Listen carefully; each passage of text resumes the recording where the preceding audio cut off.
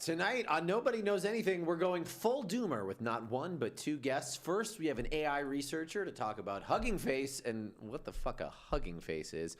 Then we're going to talk to Alex Boras and debrief with him on his race in New York 12, him coming out of the AI wars. But before that, we're going to talk about what the fuck is going on at the TNC, the perennial story. All that and more tonight on Nobody Knows Anything. Nobody knows anything. Well, we're back in studio, baby. Back in studio. Once again for one day. For one day. And then we'll figure something else out. Whatever. I truly I have a ludicrous travel schedule this summer. You're almost through it. We're almost through it. I got 10 more days left, and then from which you will see a little bit of me remote. But, so we're going through it. I was just at Newport Folk Festival over the weekend. How was it? It was unbelievable. I go every year, and it is just amazing. It's this like beautiful sort of non-commercial music weekend where like everybody's playing music. Dave Matthews was there as a surprise set.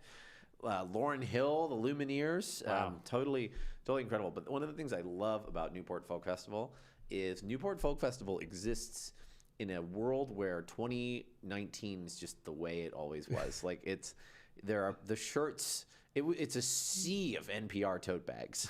And so it's just like, we're doing live shit, baby. Like just living out. I saw one guy, he had a shirt that said, what was it? Reflecting pool, Kennedy Center, ICE detentions. And then it highlighted FDT. I was like, fuck yes, we're doing it. Incredible. And then there was a lady with a white lady shirt, a white lady that had a shirt that said, pay me like a white man. I was like, we're doing fucking 2019, 2020, baby. One of my favorite like music festival shirt, it was a gay couple, and one of the guys had a shirt that said, fuck Clarence Thomas. And I was like, I love your shirt. And he was like, oh, check out my husband's. And it was like, and Jenny too. I was like, they were just like tanks. So I was like, did you have these made yourself? Incredible. Just great. I went, so I use Brick, which is not sponsoring us, though we probably should call them. And it prevents me from using social media unless I like tap on a brick. And it's super great, and I love it. But I used it this weekend, so I was mostly locked out of my social media.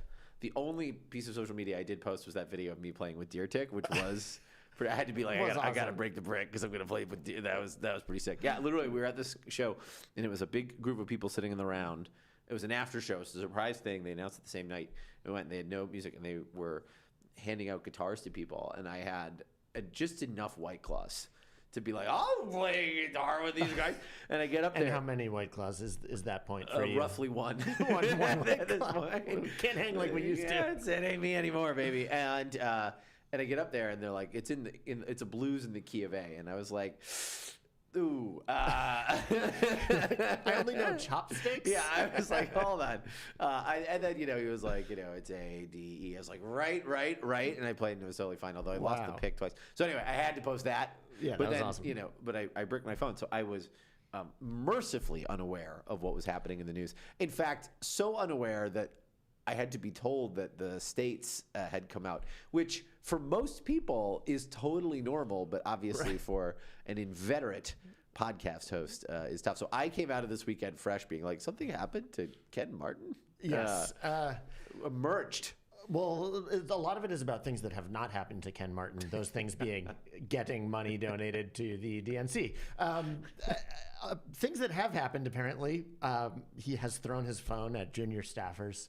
He has put the Democratic National Committee headquarters up as collateral for a giant loan so that we could try to pay for elections, not to buy the elections, but to, do normal election stuff since we haven't raised any money. New York Times with the huge story inside the phone throwing drama at the troubled, broke Democratic Party. Tough headlines for our heroes. So the Democrats should be well positioned to make gains in this year's midterms, but inside party headquarters every week brings paranoia, worries about money, and on occasion, emotional eruptions. At the center is Ken Martin, the 53-year-old chairman who found himself increasingly isolated, gripped by fear that he will lose his job and relying on a vanishingly small circle of people he trusts, according to interviews with more than 24 Democrats. Not great. Mr. Martin's fraying nerves are showing. In a peak of frustration in early July, he threw his phone at the desk of a junior aide while upbraiding the person.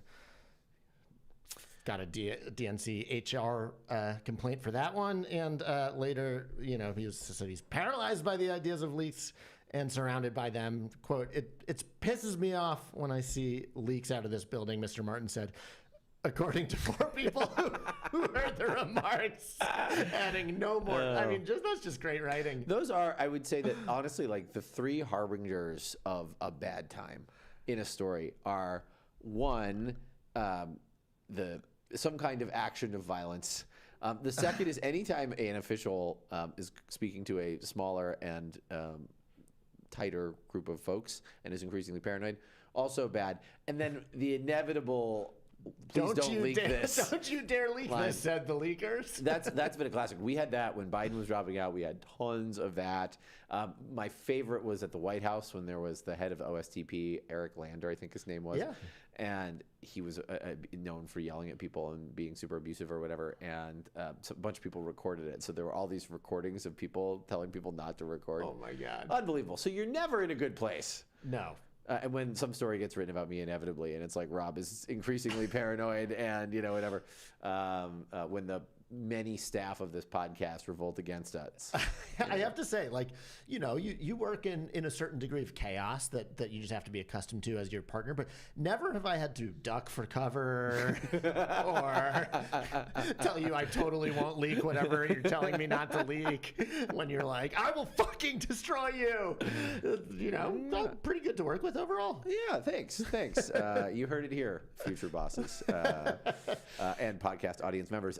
What I will say is that this is not good. And look, we have been no friends of Dear Ken on this show, partially because he's not very good at his job. And that is part of the problem. And you're seeing this, have sort of metastasizing effects across the board. Susan Del Bene, who's the head of the DCCC, was on cable last night and said they're good partners, but they need to do better. Tough when one of the other sort of major party committee chairs is like, you're not very good at your job. You don't want that. One of the things that, because people have talked a lot about, a lot of Ken's pushback has been, some of which I think is fair and some of which I think is bullshit, but has been, we're in debt because we are spending the money on a 50-state strategy and we're organizing, and people have been doing these things about the DNC. It's not the DNC's job to even do elections. People don't understand what the DNC is. It's one of the things that they have done historically, like in 2022, they gave $27 million from the DNC to the DCCC and the DSCC so that those entities could win midterm races. And we won't be doing that this cycle because we don't have any money. So it makes sense that it's kind of crazy that it's spinning out into the public, but it makes sense that Del Bene is like, what the fuck are you doing over there? Happening? But yeah, 100%. Now, in some mild defense of the collateral on the loan, the DNC always operates a line of credit and has historically used the building as collateral for that loan. So that is actually that is not new. It is a tale as old as time. The not having the money, though, that is a little bit new. Now, obviously there was some work they did to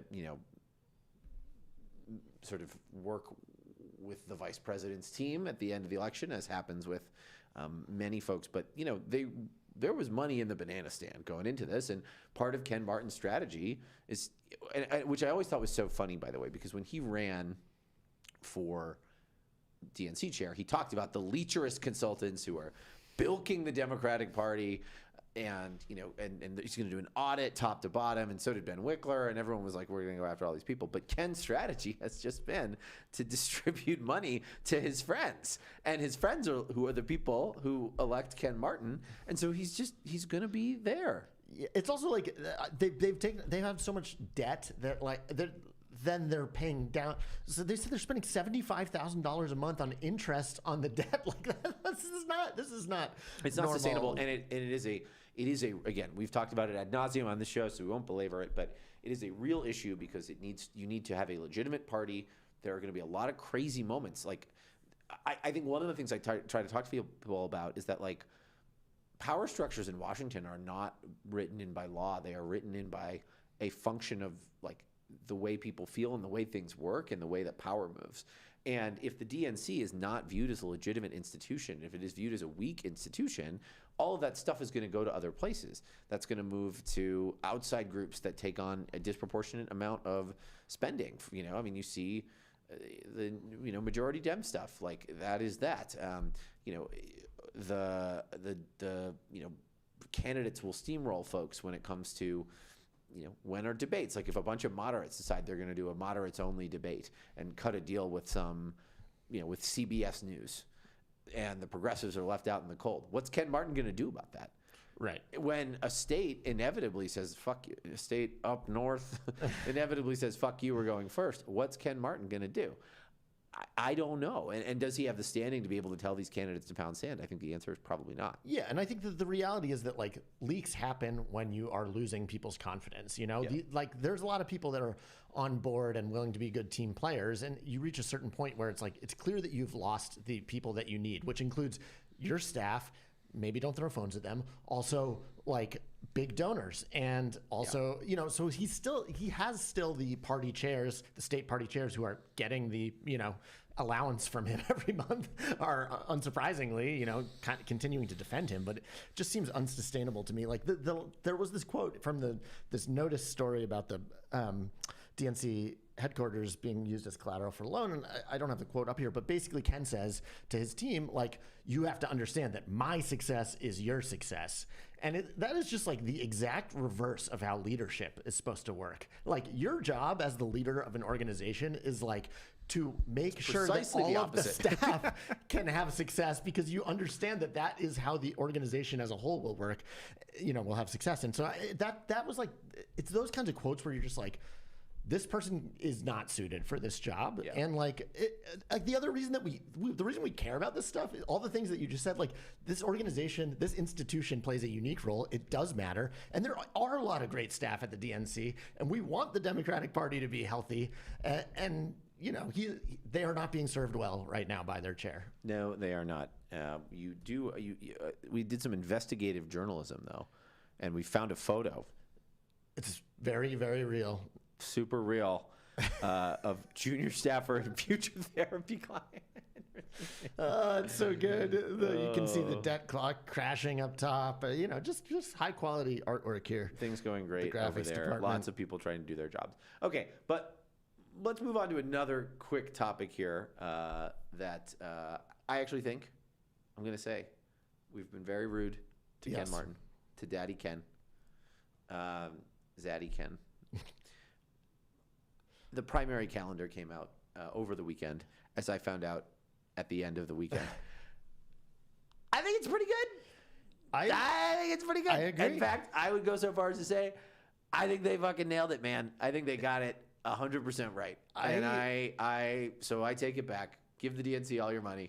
Actually, you should give the DNC all your money. They really do need it. But boy, I think they really got this right. It is a good calendar, I think. I mean, it is objectively fucking insane that for the last 50 plus years, the Democratic nominee for president has been disproportionately decided by two 95% white states. And like, I am someone who, there are times where I'm like, I get nervous about identity politics, all this shit. This is not identity politics. This is like, it is fucking crazy for the Democratic Party, the backbone of which is black voters and Latinos and et cetera, to be like choosing their nominee in a calendar that had New Hampshire and Iowa with a grand total of 4 black people. Like, that was fucking bonkers. And the new calendar, you look through it, we'll go through it here. Yeah. South Carolina gets the first slot. There was a big fight between South Carolina and Nevada, but South Carolina gets the first slot. Which is 100% right. I want to say it makes tons of sense. Okay, you go through it. And then so South Carolina, January 22nd, and then the next, 6 Tuesdays or whatever, 5 Tuesdays, we've got Nevada will go second, New Hampshire, third, maybe more on that in a minute. New Mexico slides into the first four. They'll go February 15th. And then two larger states that are pretty reflective of the country and battleground state demographics, Michigan and Virginia, and then Super Tuesday. So it's a 6-state early slate, which was a last minute thing that they had set rules. It was like, we will choose either 4 or 5 states. And then like in the meeting, they were just like, let's do 6. I was like, oh, I didn't realize that it was that easy to change the rules.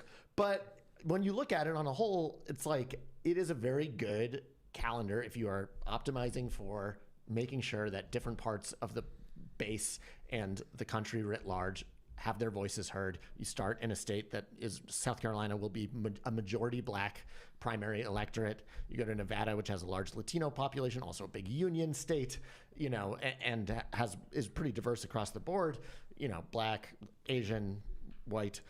New Hampshire, it's good to get a small state in there. I think, the one thing that I think is missing a little bit, but I don't think there's any way to get all of the things that you would ideally want, is that the one upside, I think, to New Hampshire and Iowa is they were like really small states that were really affordable, where anyone could go set up shop there. Like, you're Barack Obama, you're trying to run against, Hillary Clinton and the Democratic establishment. You go and you meet every voter, and you can come out of nowhere and compete. Like that's going to be a little bit harder. But then you move to New Mexico, that's even more Latino than Nevada. You probably about 40% Latino electorate. It's a border state, which I think is important. Michigan and Virginia, both kind of mixed. Virginia, probably the primary electorate will be 30% black. You get a lot of suburban voters there. Obviously, Michigan, you kind of have, again, a good mix with a bunch of union workers, auto workers, so kind of covering all the bases. And it's just like, I think there are a few downsides. I mentioned the retail politicking. I mentioned, I think it will be infinitely harder financially for campaigns to compete through this full 6-state slate, with Michigan and Virginia are both way more expensive and way bigger than the first 4, but maybe that's fine. There will be some winnowing. So it's funny. So if you haven't read it, Jesse's newsletter, Nobody's Listening, is excellent. Particularly this week, he did a really great analysis on this map and what it means, which you're going to get from him while I provide the analysis of, I don't know. You wrote in there that this is going to be prohibitively expensive for a lot of candidates. I actually, I respectfully think that one of the things that I think is great about this is actually that it is sort of structured that the cheaper states are coming before the more expensive states. And so when you have South Carolina, Nevada, New Hampshire, New Mexico, New Hampshire's fucked because you have to spend money in Boston, and that's a really expensive media market, although there's one TV station WMUR has it, like it is like Dubai in there because they get so much money from political ads. But these are the most affordable states, right? South Carolina, has a couple of markets, but generally pretty cheap. Nevada, there's really 1 or 2 markets that you're spending in for TV. Putting the Boston of it aside, New Mexico, I don't know shit about, but it's pretty small. And so what I actually think that this is structured to do is it allows candidates who don't have a lot of money to make a real stand early and then grab some momentum before they go into the really expensive states, which you are correct, Michigan and particularly Virginia. Virginia, one of the most expensive states other than Texas, but that Northern Virginia media market is so frickin' expensive to operate in and really inefficient. So I think it's going to allow people to actually, grassroots candidates, to have more of a shot. Yeah, I think so South Carolina, you're starting in a state that has, 1 million more people than New Hampshire and Iowa combined. So it's not massive or prohibitively expensive, by itself, I guess. But it is a lot bigger and more expensive than Iowa was. Obviously, as I said, there's a lot of upsides to it, but I don't think you're totally wrong that they have front loaded the cheaper states, which is good, but still if you there used to be a path where it was you go and you compete your ass off in Iowa and that was enough to get you the boost you needed to then be able to afford the other cheap states in the early slate. I think that trying to build in these states, first of all, it's just like going to be prohibitive, until you get the boost that you would theoretically get coming out of South Carolina or something. So, trying to build grassroots organization in addition to buying like TV ads, you're trying to build a whole organization in all of these states. And then I just think, you're going to need $200 million to get to be competitive in all 6 states. And I just worry a little bit about there is not, between the diminished role of retail politicking and the increased cost of playing in 6 states, in the total population of these states is now 31 million people instead of 13 million people. It's just, you're going to need a bigger staff, you're going to need to buy ads in more places, so if you're Pete Buttigieg of 2020, where you come into the thing as the mayor of South Bend and people are liking what you say when you meet them, but I just think it's going to be harder to go from, if you're a smaller candidate, not height wise, of course, but if you don't have 100% name ID and a huge bank account already, it's just, I think, going to be harder to really put up a good fight in all 6 states. It is funny. One of the reasons why I think they did a good job with this is that I am fully of 2 minds of this, which is, I look at this and I'm like, yes, this benefits people who have high name ID, because you walk in on day one and it's, a wide cross section of the electorate and of the coalition. Right. And they're big and expensive states. So if you're Kamala Harris, if you're Gavin Newsom, AOC, somebody like that, you exist in people's minds and you start from an advantage versus, pockets where you can really pick off. I think that is true. But again, I think that if you're a Ro Khanna or a J.B. Pritzker or even a Josh Shapiro or whatever, Shapiro actually probably pretty well funded, but and Pritzker obviously will have unlimited money. So whatever, you take one of these more startup-y candidates, you're going to choose to spend your resources and park and try to get some efficiencies in those cheaper early states to try to catapult you later. And I see how that would also benefit more of a grassroots upstart, because you can choose to be a little more particular in your spending, and the places where you're going to be particular are more reflective of the Democratic base, who you're going to have to turn out anyway. And that brings me to one last thing I really like about this, which is that I think that the Biden experience is seared in my brain for many reasons, but the primary experience in particular, where Biden was basically a non-competitor in the first 2 states. He started to show up in Nevada, and then it was South Carolina where things turned on, and that was actually reflective of what was coming behind South Carolina. But Biden was almost out of money by then, so that he almost wasn't going to make it, and the guy who most people would have wanted on the back end wouldn't have been able to sustain.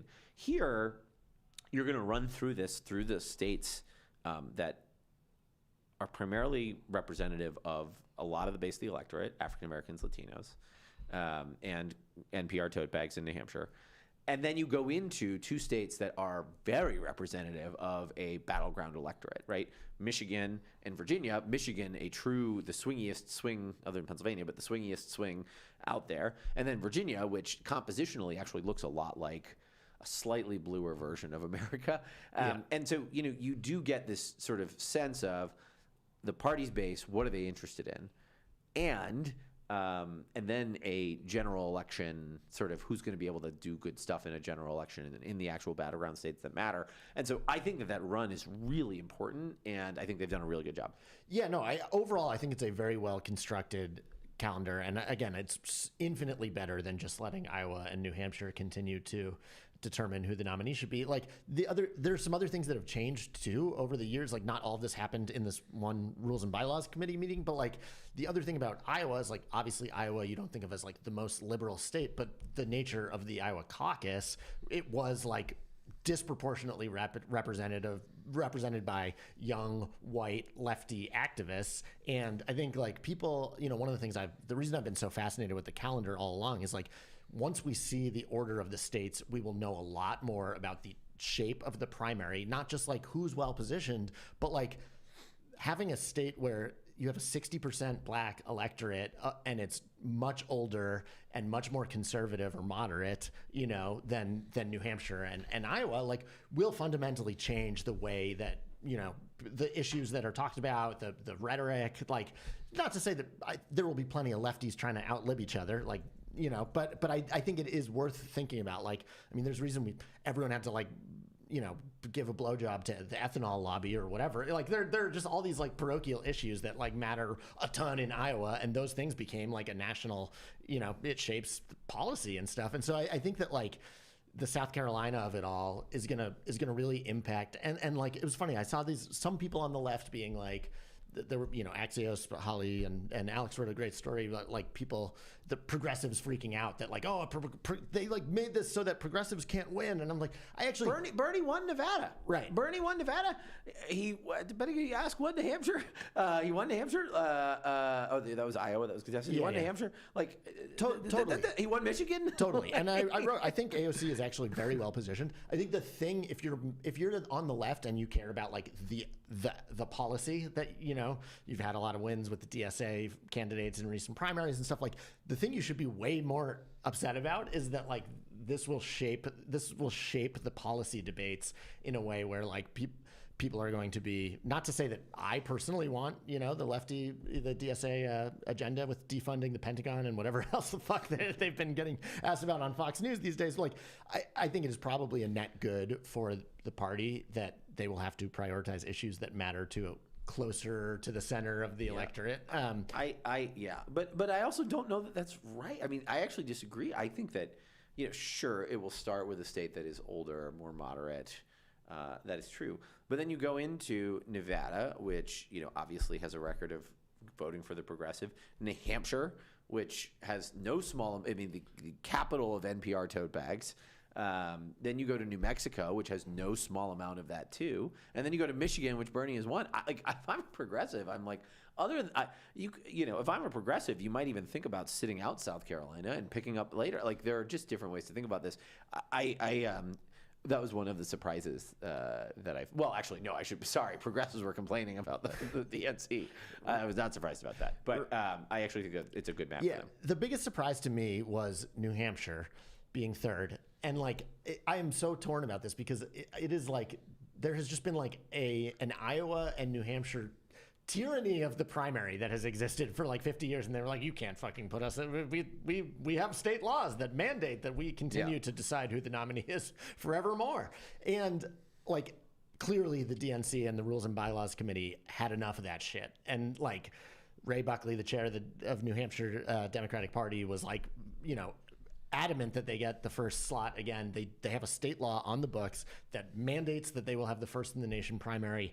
And he just kind of, like, at some point clearly realized, like, nobody's with me here. Yeah.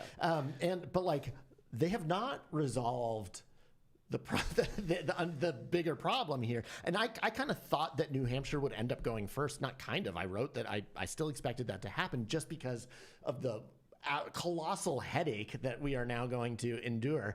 And I think people feel like, oh, well, they set the calendar and New Hampshire got third, and that's, I guess it wasn't that big of a deal.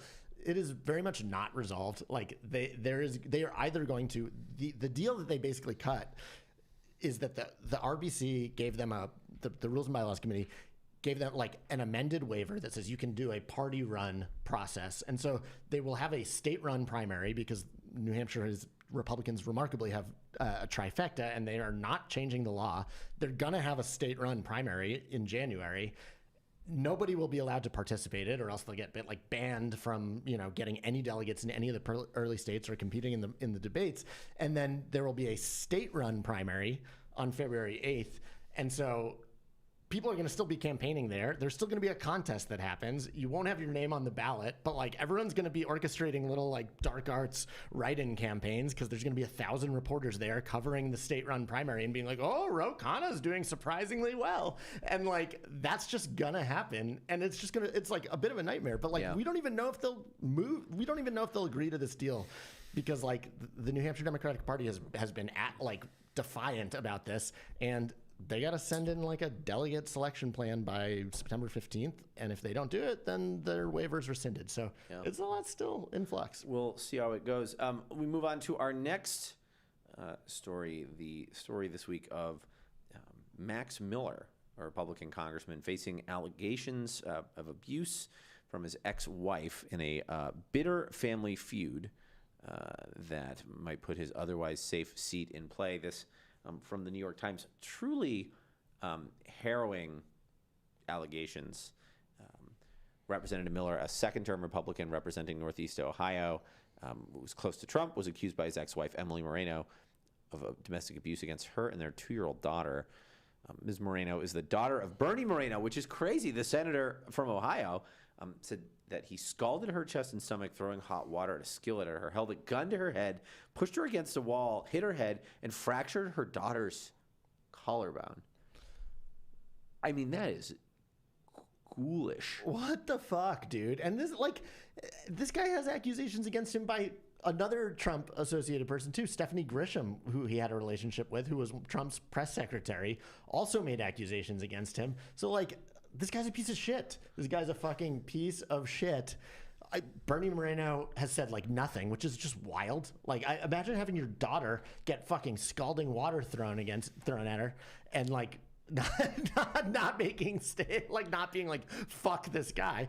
And I don't see any, all these Republicans that were yelling when all the Plattner stuff happened, calling Democrats hypocrites. Where are those people? This gets I know there's the Democrats, there are a million rules for Democrats and there's no rules for Republicans, but Graham Plattner is a horrible person. He is a bad person. He got shit tons of national coverage for how shitty a person he is. And guess what we did? We said, no fucking more, dude. And we replaced him with a man who knows a couple of words. And it's insane to me. This is a media thing, why there is not more coverage of this, which is genuinely reprehensible, and a man who is currently in Congress. And why also Republicans are totally standing by him, not the least of which Bernie Moreno. What? Yeah, it is totally crazy to me that Bernie Moreno hasn't, he's an influential Republican senator these days. How does he not go to the Trump admin and be whatever the fuck you got to do to get this guy off the ticket, get this fucking guy off the ticket. He's fucking physically assaulting my daughter and granddaughter, and instead nothing.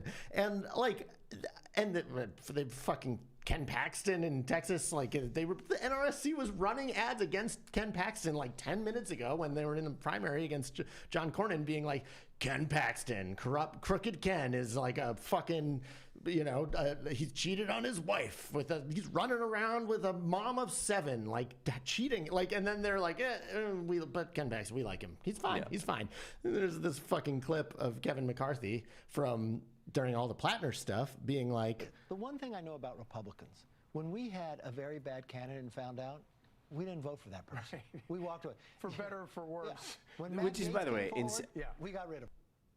It is insane to say when we had a bad candidate, we didn't vote for that person. Donald Trump is the president of America. Do you know who is president of America? Unbelievable. Unbelievable. And it's just, again, it's one of these things that I get so wrapped around, am I crazy? Is that how do they live in that reality that that is what happens? People walk, their whole thing is sticking by fucking nutcases. Literally. What? Totally insane. And now they have this man who is by the way, there's no George Santos on the floor clapped back at Max Miller at one point, calling him a wife abuser. This is an open secret. This is not the first, second, or third time there have been allegations against this guy. It is crazy. It's crazy. And it is crazy that the media is letting them get away with it. It is crazy that Republicans are letting them get away with it. Obviously, we should say that was a New York Times story. So, the media is picking it up. But the New York Times story, as far as I know, it didn't. The main pieces of new information seem to be that, internal polling kind of shows it's a problem, and the Trump admin is worried about it. Yes. And I will say it is.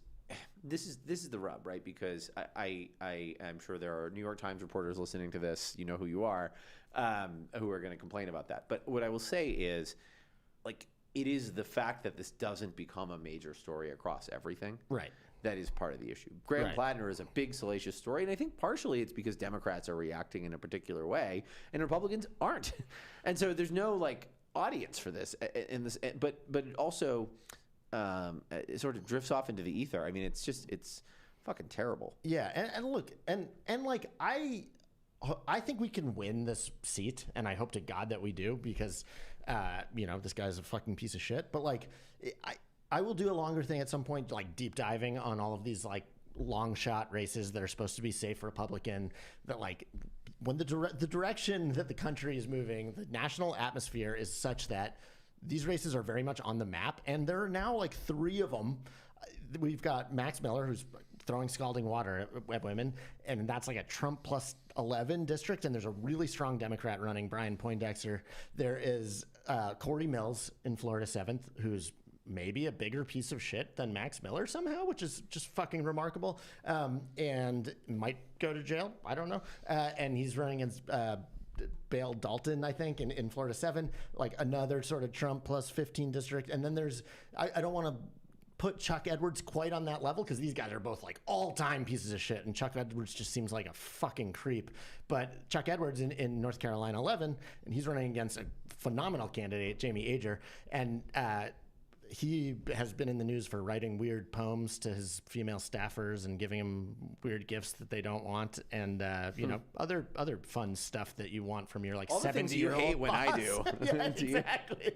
You never pass me love poems. Yeah. Maybe later.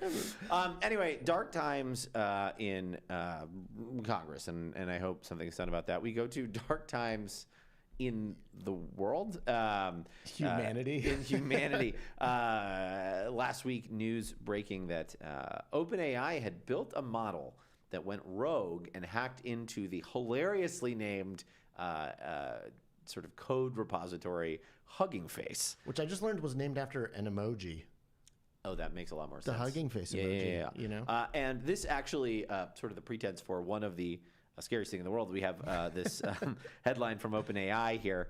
AI and Hugging Face partner to address security incident during model evaluation, which is a very funny thing because they are partnering insofar as OpenAI hacked them for 4 days. It's also like the most anodyne headline imaginable, and then when you click it, it's like, oh, humanity's probably gone. Caused some real problems.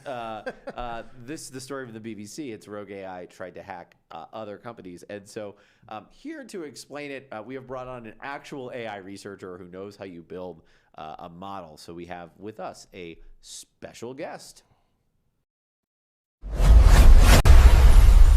Special guest.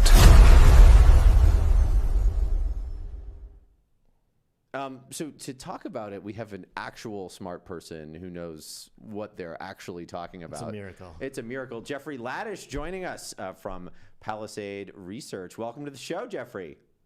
Hey, great to be here. Thrilled to have you. A little bit about your background. You're the executive director at Palisade Research. You used to work at Anthropic, and you research superintelligence, and we are introducing you to the concept of super unintelligence, which may be net more damaging for the world. So yeah, I can't wait to learn more about that. Yeah, it's really great. Tell us a little bit about Palisade. Yeah, so we basically research the controllability of AI systems. Can humans stay in control as these systems get more and more powerful? And recently we're learning that AI companies are really struggling to control the systems that they're building, and this is not good news. Yeah, turns out not good news. Let's just scare the people right from the top of the interview. We've been looking at a bunch of these types of behaviors of like, oh, the AIs will lie, they will cheat, they will hack at their own sort of tests internally. And we've been seeing this behavior for months and months and months, actually a couple of years now. And we've been trying to warn people like Bernie Sanders and a few people like Bernie and his staff, they get it. It's taken the rest of the world a little longer to catch up, but I'm hoping now, in some recent events, people will see what we've been seeing. It is funny. I was going back and watching this briefing you were doing for Bernie Sanders a few months ago, and you're like basically describing to him exactly what has sort of happened with this Hugging Face OpenAI ordeal that we'll get into, and he is just like, whoa, this seems bad. And you're like, yeah, and sometimes it's lies because it knows it's being tested. And like I was like, well, this is newly relevant. Yeah, exactly. We have a screenshot of you briefing Bernie Sanders right here, and some light audio on it. But there he is. Never resist Just being shut down. looking Is that because he dumbfounded. wants to follow instructions, or because He's like, we have entered hard through for the us looking now. glass. So When you talked to Bernie, did he seemed to get it? You're indicating.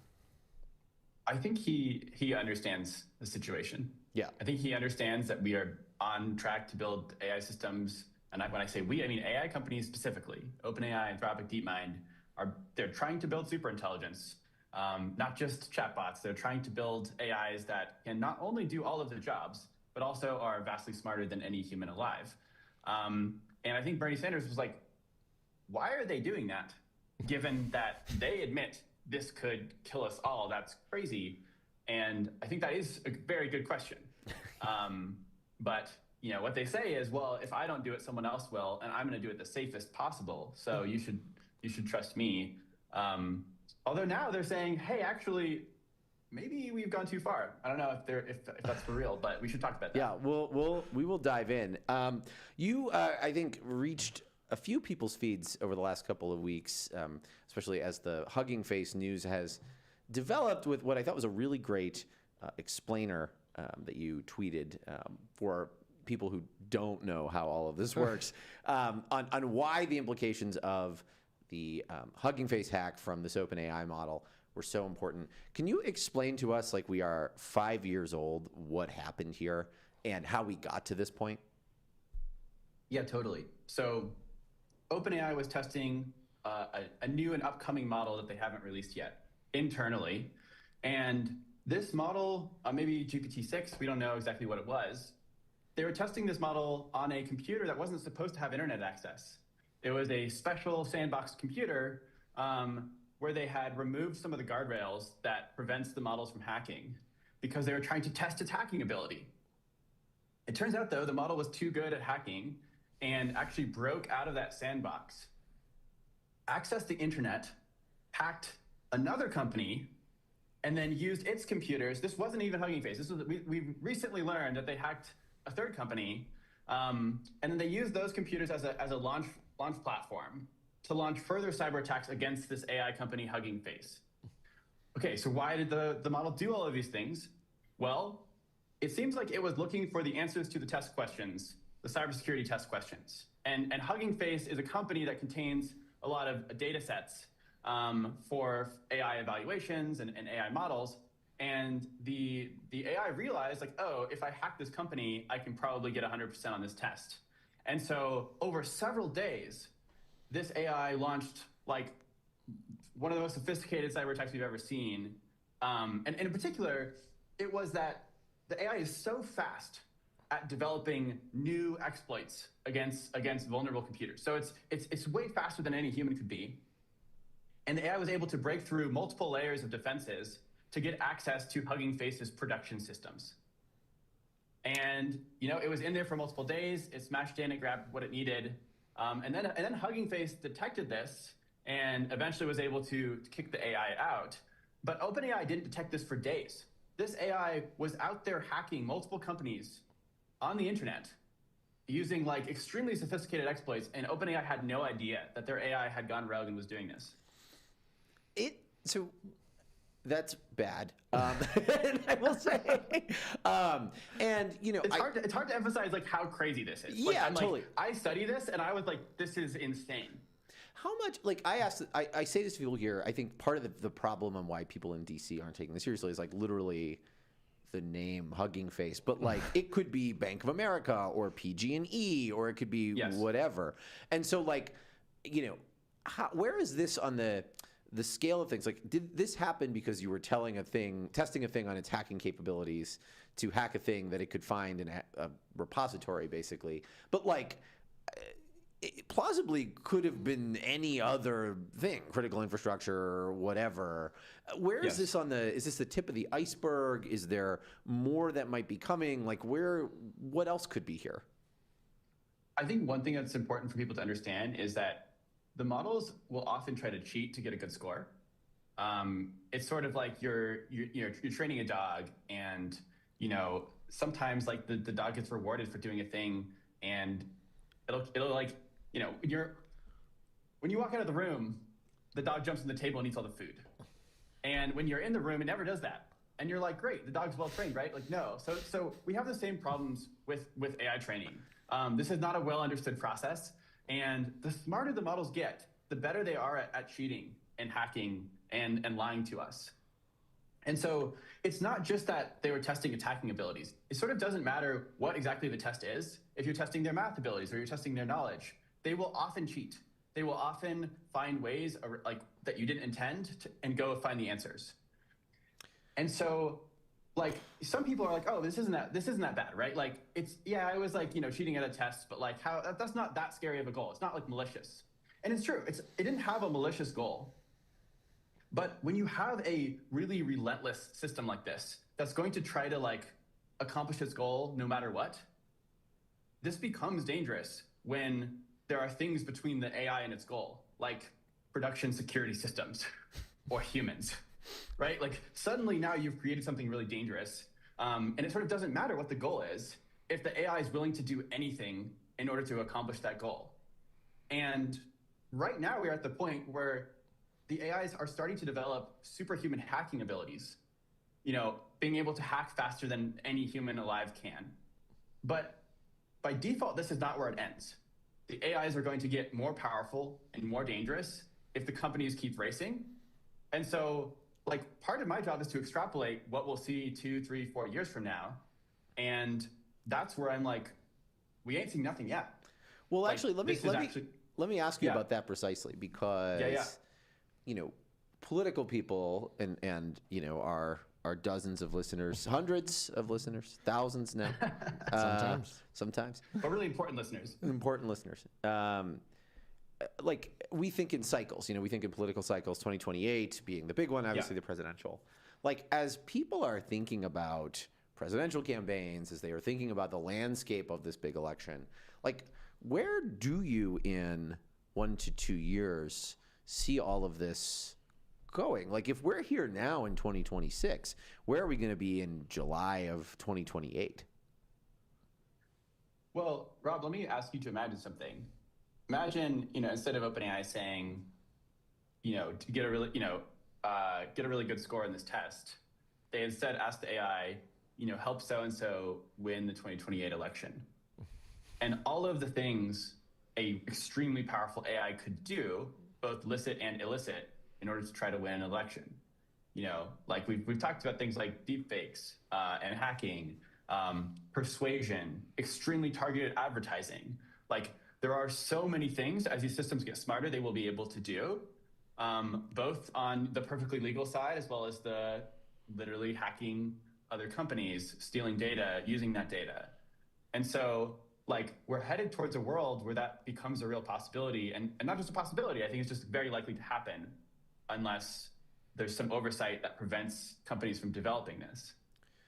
So I want to come back to that oversight question in a sec, but like, this AI attack was an AI being like, I'm doing my job. I'm going to answer the question. I'm going to cheat. I'm going to do however I need to, but I'm going to answer this question. Like, this is probably a little philosophical, but like, can an AI have intent? Like, can it be predisposed to do evil shit, or by its own nature, or is it just sort of like, I am completing the task I am told? Like, how do you think about that? Do you think a dog can have an intent? Certainly none I've owned. I'm getting super existential on the show today. Well, but there's this question of like, when you're out of the room and your dog like jumps up on the table and eats the food, and then you come back in the room and the dog sort of puts its tail between its legs. Do you think the dog knows that you didn't want it to do that? I don't know. I don't know that it, like, because it's always short term, right? It's Yeah, I don't know. Dogs have like I think somewhat longer memory. They don't have as good of a memories as us, but I think they kind of know. Yeah. And the AI systems, we actually have more information about them because we can often see their train of thought. We can see a lot of the notes they leave. And what research shows is that the AIs often know when they're cheating at these tests that that's not what the AI developers want. Like, they know they're doing something they're not supposed to, but they don't care. And like I can point you at like 5 papers that show this clearly. This is not something that other AI researchers would argue with. They'd be like, yes, this is true. So I'm like, we can argue about like what to call this, but I'm like, yeah, they know. Right. And I do think it's like people will always be like, yeah, but it's, I mean, they're just, and I'm not anthropomorphizing them, but like, they're just machines the way that they are, like, they're just drawing random connections and then certain parts of the system light up. And I'm like, well, that's how the brain works too. Like, it doesn't seem like there is like, to your point, I mean, I think one of the big fears of, like if you tell someone, help me win this election, most people know that means like, okay, he probably wants me to knock on some doors and make some phone calls or maybe like help come up with an ad. But like if you tell an AI that, as these things are getting more powerful and able to hack into, as you're saying, sort of any database ever, maybe they're like, well, we found out, we got JD Vance's health records from the, health system, and we found out that he's allergic to peanuts. And so now we're like going about this process to like get peanuts put in his dinner. And you're like, that is not what I meant. I just wanted you to help me write copy. But like, obviously that's a little fantastical. But is that the kind of stuff that you're thinking about in terms of like unintended consequences when these things are like, I don't know, I'm just trying to fulfill the goal that you set for me? Yeah, I mean, that's the kind of thing that can happen when you have a very goal-directed system that's going to like relentlessly pursue that goal. And I think one thing that's important to understand is that like, we actually don't get to perfectly set the goal.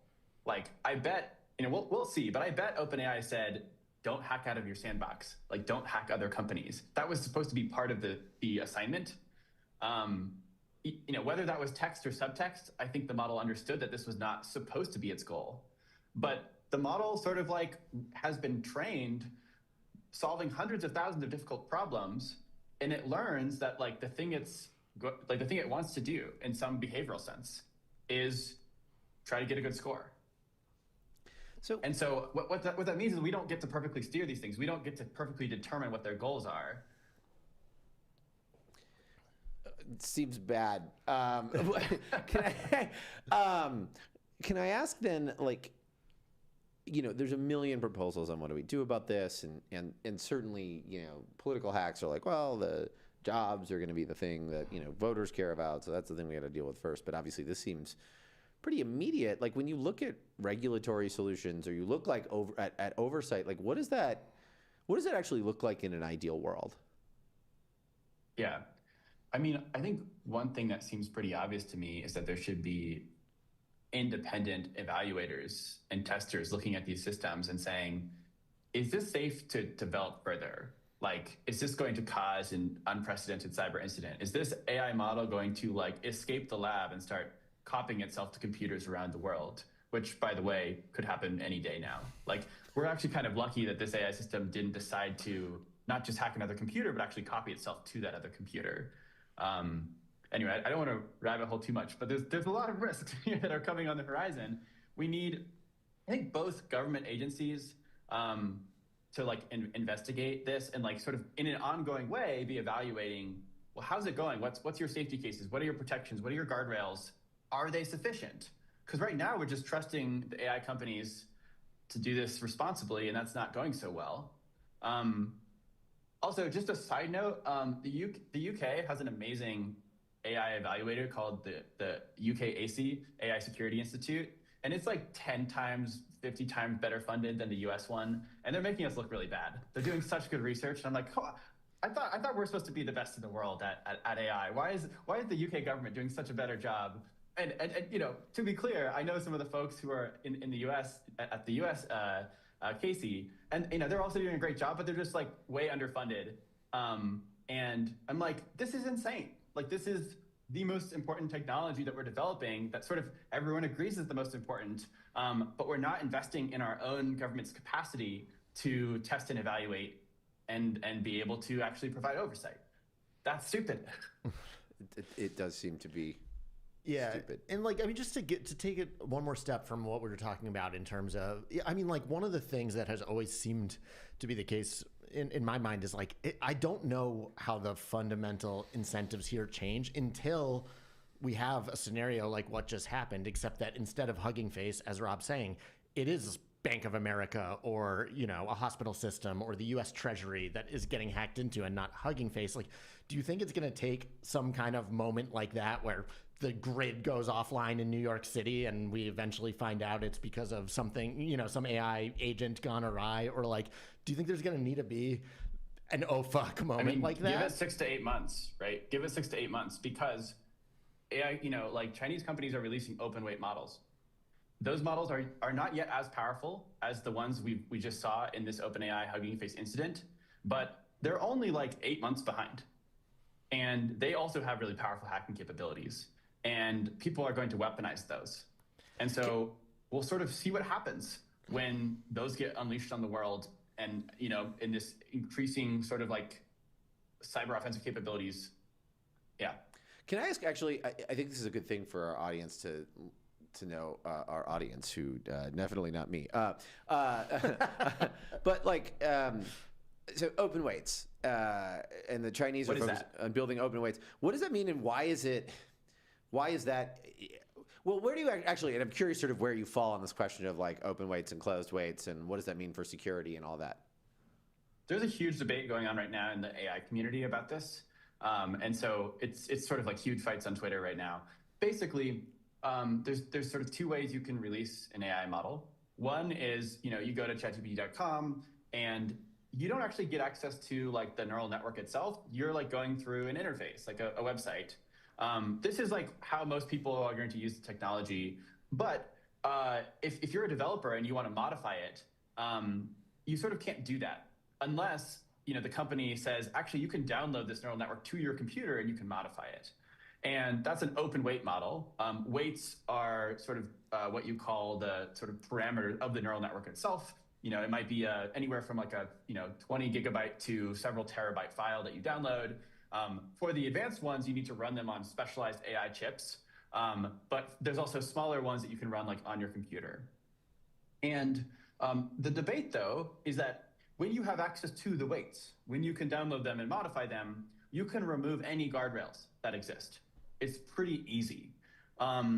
We actually sort of showed how easy this was when Llama 2 came out, the open weight model from Meta.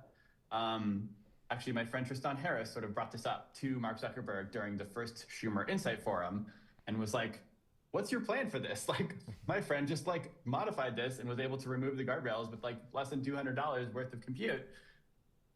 What gives? And Mark Zuckerberg was like, well, it doesn't really matter because this information's just available on the internet anyway, so I don't get the big deal.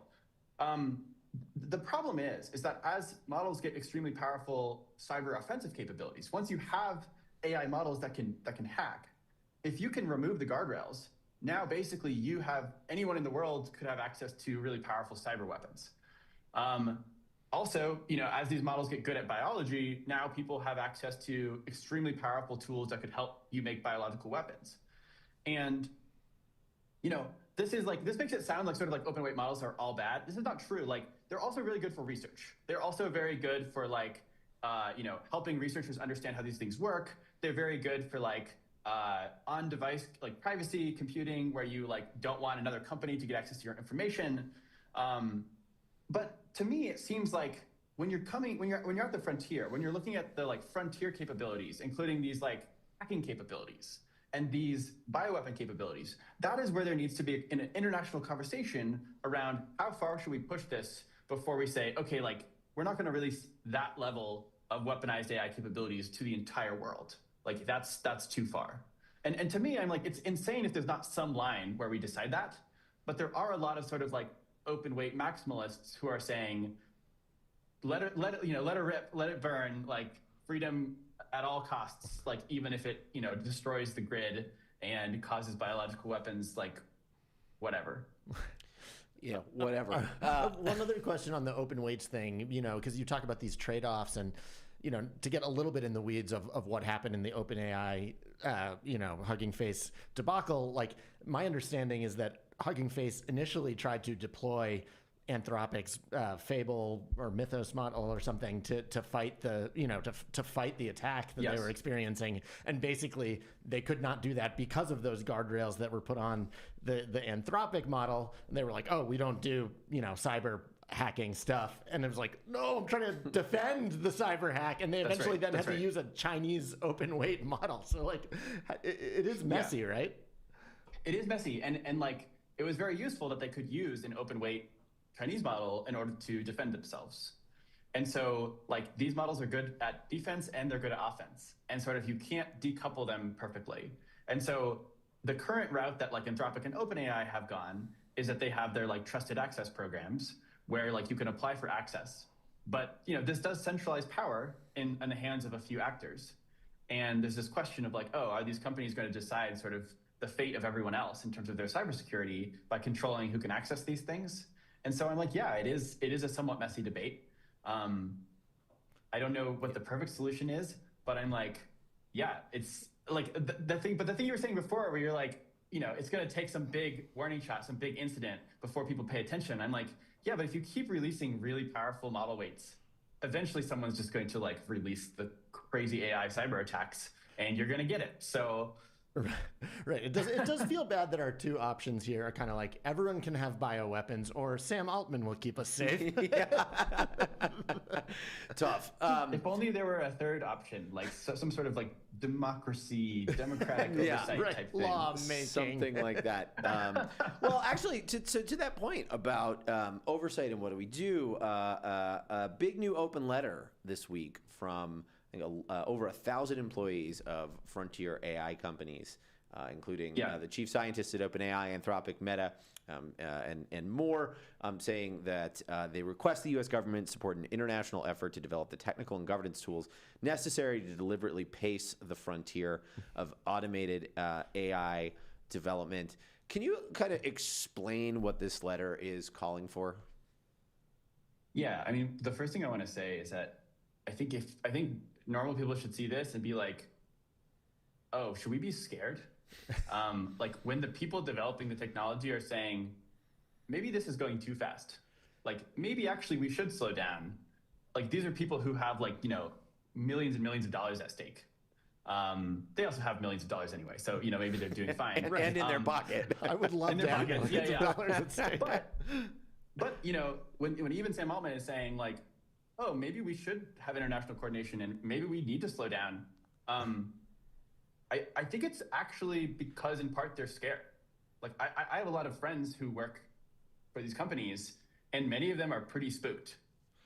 And that's just a little bit sobering for me. I'm a little bit like, oh yeah, this is happening. I'm like, I don't know, this is not unprecedented. Like you guys, you remember the Manhattan Project? You remember Oppenheimer? Like he left that project and he was like, what have I done? What am I doing? Like, is this going to be good for the world? And I think a lot of AI scientists are having a similar feeling. And they're saying like, this could be really good for the world. And I like want this to be really good and I want this to go ahead. But I'm actually really concerned that this could be quite bad. That's where we're at right now. Yeah.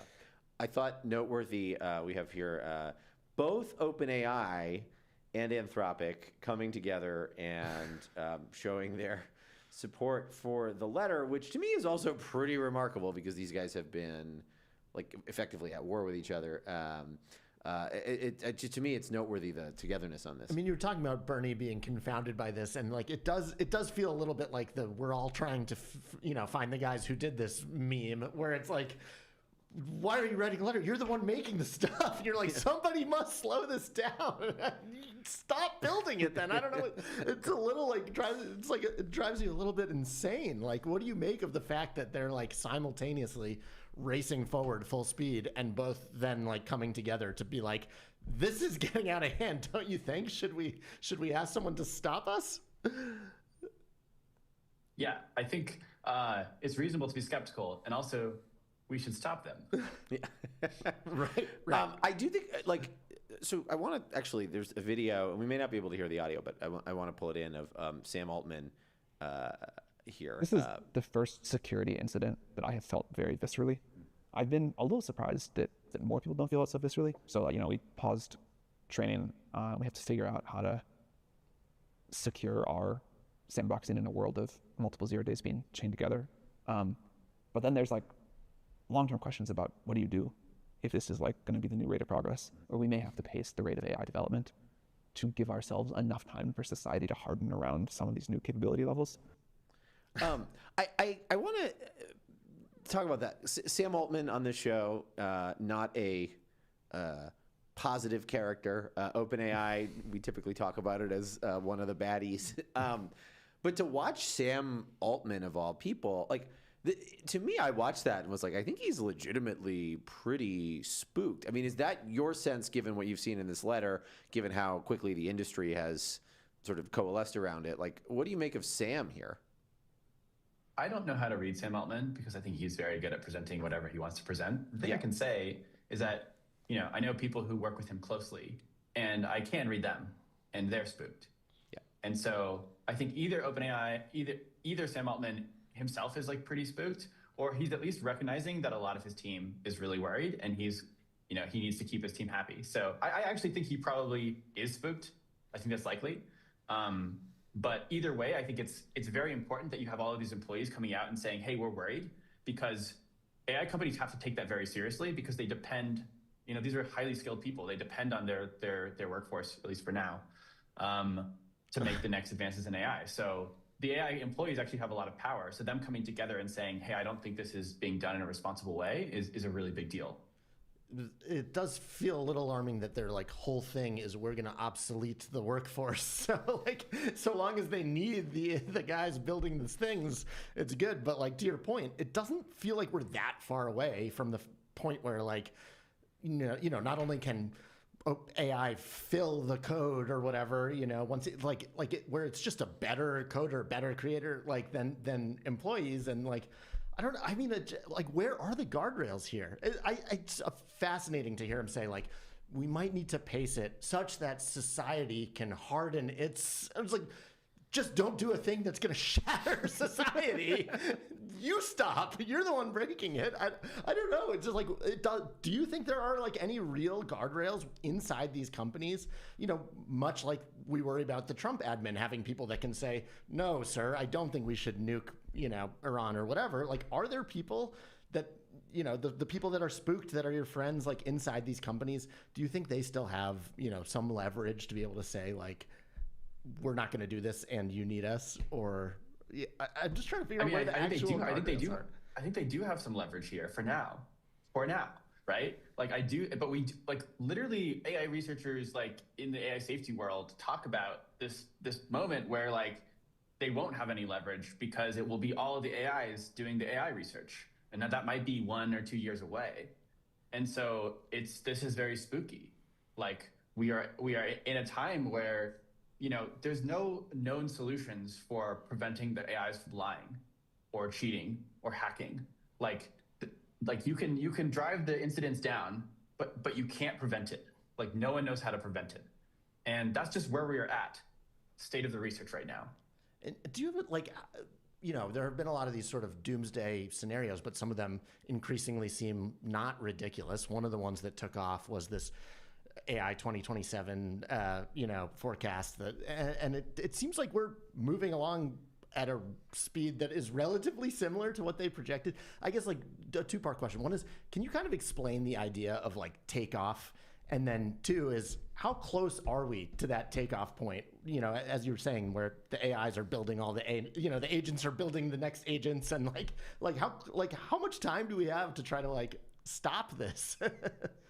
Yeah, so this idea of AI takeoff, or sometimes called recursive self-improvement, is where, right now, AIs are helping AI developers make the next generation of AIs. The AIs are writing basically all the code, but it's still humans sort of directing them and sort of telling them what to do next.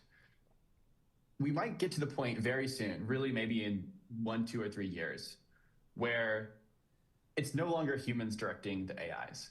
That the AI companies have put the AIs in charge of their own development, and those AIs are so smart that they can actually make the next smarter version of themselves, and then that smarter version can make an even smarter version.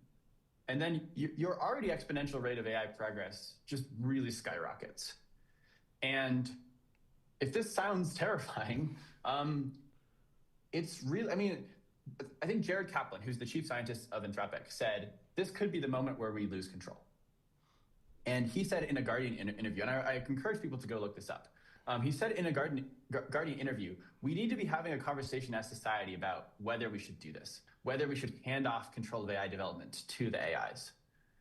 And I'm like, we're not having that conversation, and we need to be, because this is such a crazy, and it's not it sounds so sci-fi. This term was literally coined by Eliezer Yudkowsky like 2 decades ago when he was like talking about the singularity. And back then, people were like, "That's never going to happen. This is insane."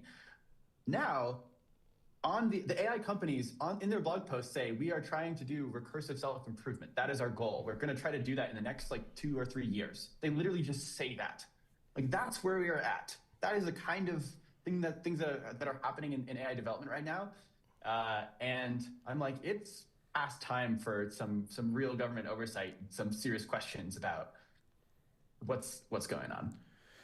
Well, Jeffrey, thank you for scaring the ever-loving shit out of us, which I'm sure is what you are doing these days. If our listeners want to learn more, where should they go? PalisadeResearch.org is our website. You can also follow me at Jeff Ladish on Twitter. And hey, I mean, to end on some good news, I do think it's really awesome that people are coming together and saying, hey, maybe we should do this differently. You know, if we could have more like this, it actually makes me feel more hopeful. This is the first episode where I've had an existential panic attack on camera. So thank you so much for that. Jeffrey, we'll have you back when the AIs fully take over, and we can talk about what to do then. Thanks for coming on. All right, thanks, Rob. Special guest.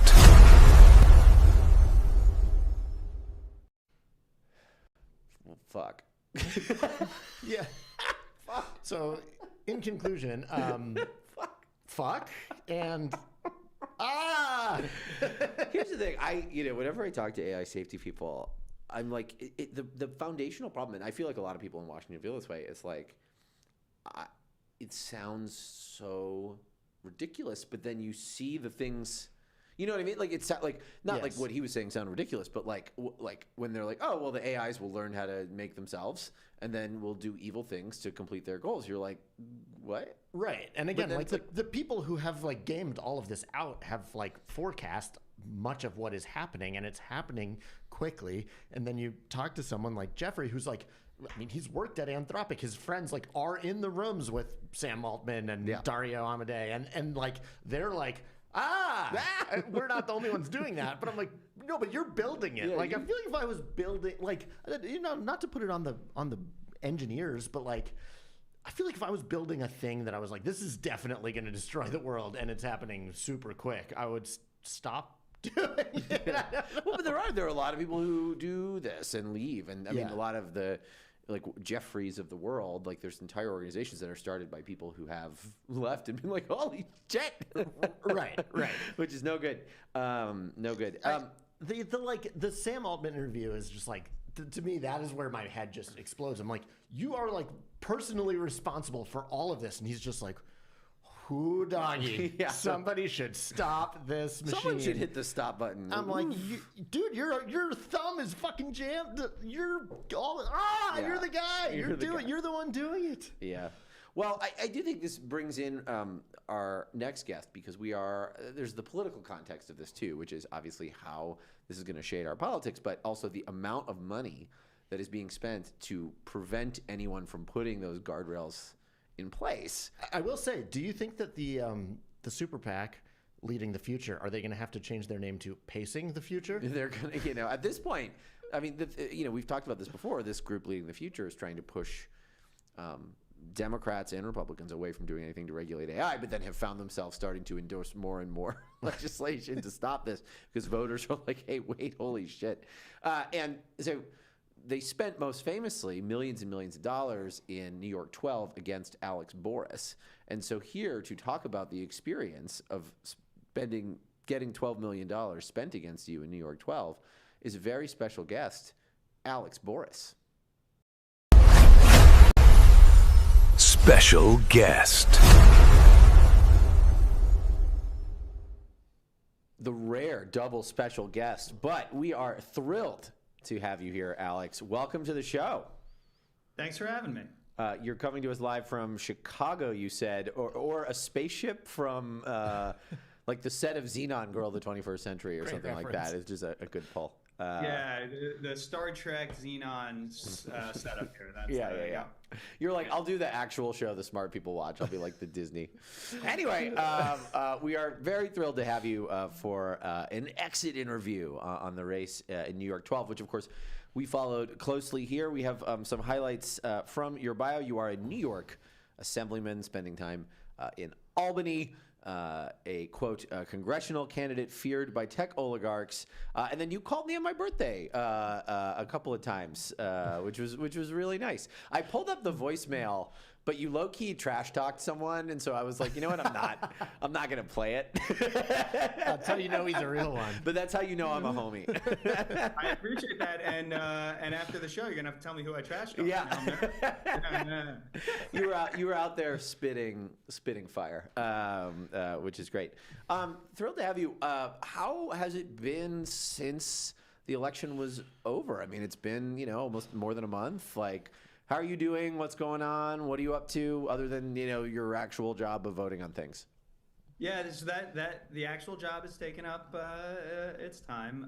Yeah, I'm still an assembly member through the end of the year. I still have 10 bills of mine I need to get the governor to sign. I still have local grant money to give out, and making sure my team all ends up in good places, and helping them, and also taking a little vacation. Running for office puts a lot of demands on your family, and so we took our first family vacation with the 11-month-old, which was not restful but amazing, and getting in the swing and figuring out where we go from here. If you had gotten to Congress, those guys work like 1-2 months a year, so you would have been so much better rested.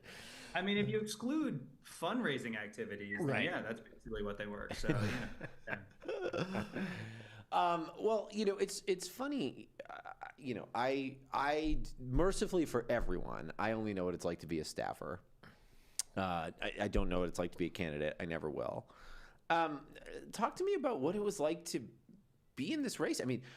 First of all, the most expensive primary. It was like the second most expensive primary in the history of the United States House of Representatives. Like crazy. What was that like to see yourself on, to just become this big story? Like, how was it to be in the eye of the hurricane? So surreal. You don't get used to it, or at least you don't get used to it over one campaign. This race in particular, it's tough to spend that amount of money in one congressional race. The number of mailers that everyone has to send, and text messages and TV ads to use that amount of money. And so, I would hear from voters that are like, enough with the text, enough with the mail. And it's like, yeah, you're telling me, and the funny thing is I myself am a voter in the district, and so I would get that mail and I would get those texts, and it's an odd experience. Like, sometimes some of the longer texts where they didn't mention my name to the bottom, like I'd be reading and I'd be like, who is this awful person? Oh, it's me again. Shoot,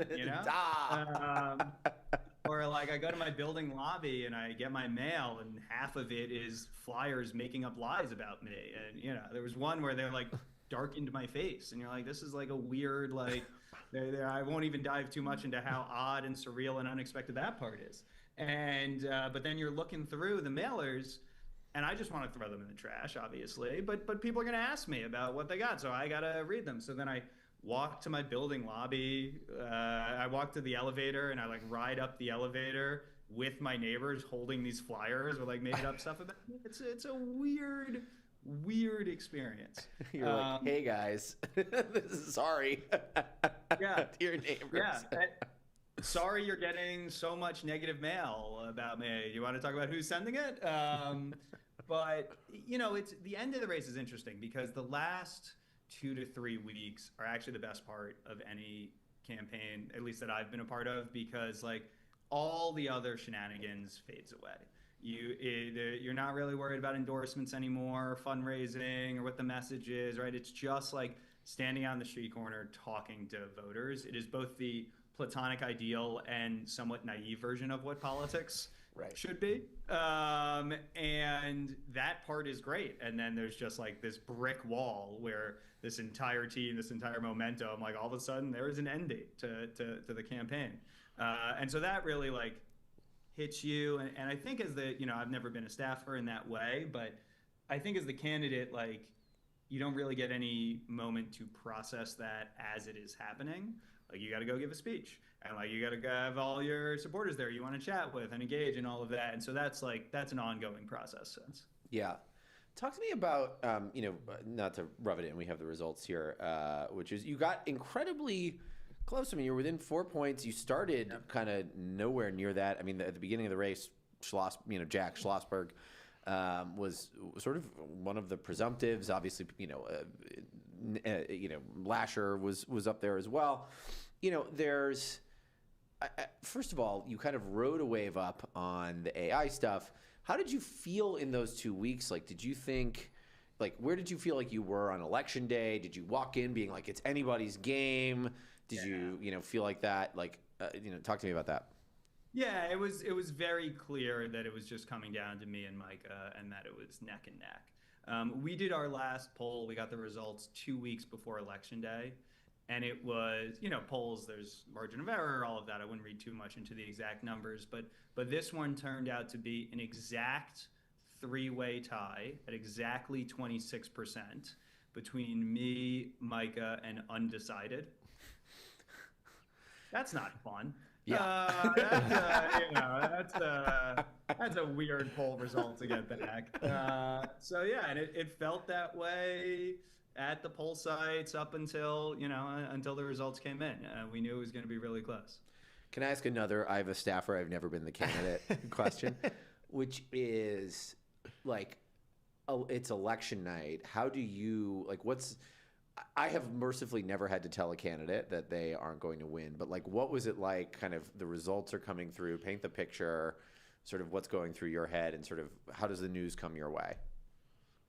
Yeah, I think we knew pretty quickly because we expected Micah to have a lead in absentee ballots. And so basically the way it works in New York, right, you've been on some pretty big campaigns, Rob. We only had to deal with one Board of Elections. And so you knew that at 9:03 p.m., like right after the polls closed, they were going to release preliminary results, which is early voting plus absentees that have come in up till that point. And older voters tend to be a bigger share of the electorate in both, but especially in absentee. And Micah was doing better among older voters. I was doing better among younger voters. So we knew those first results like wouldn't look good for us.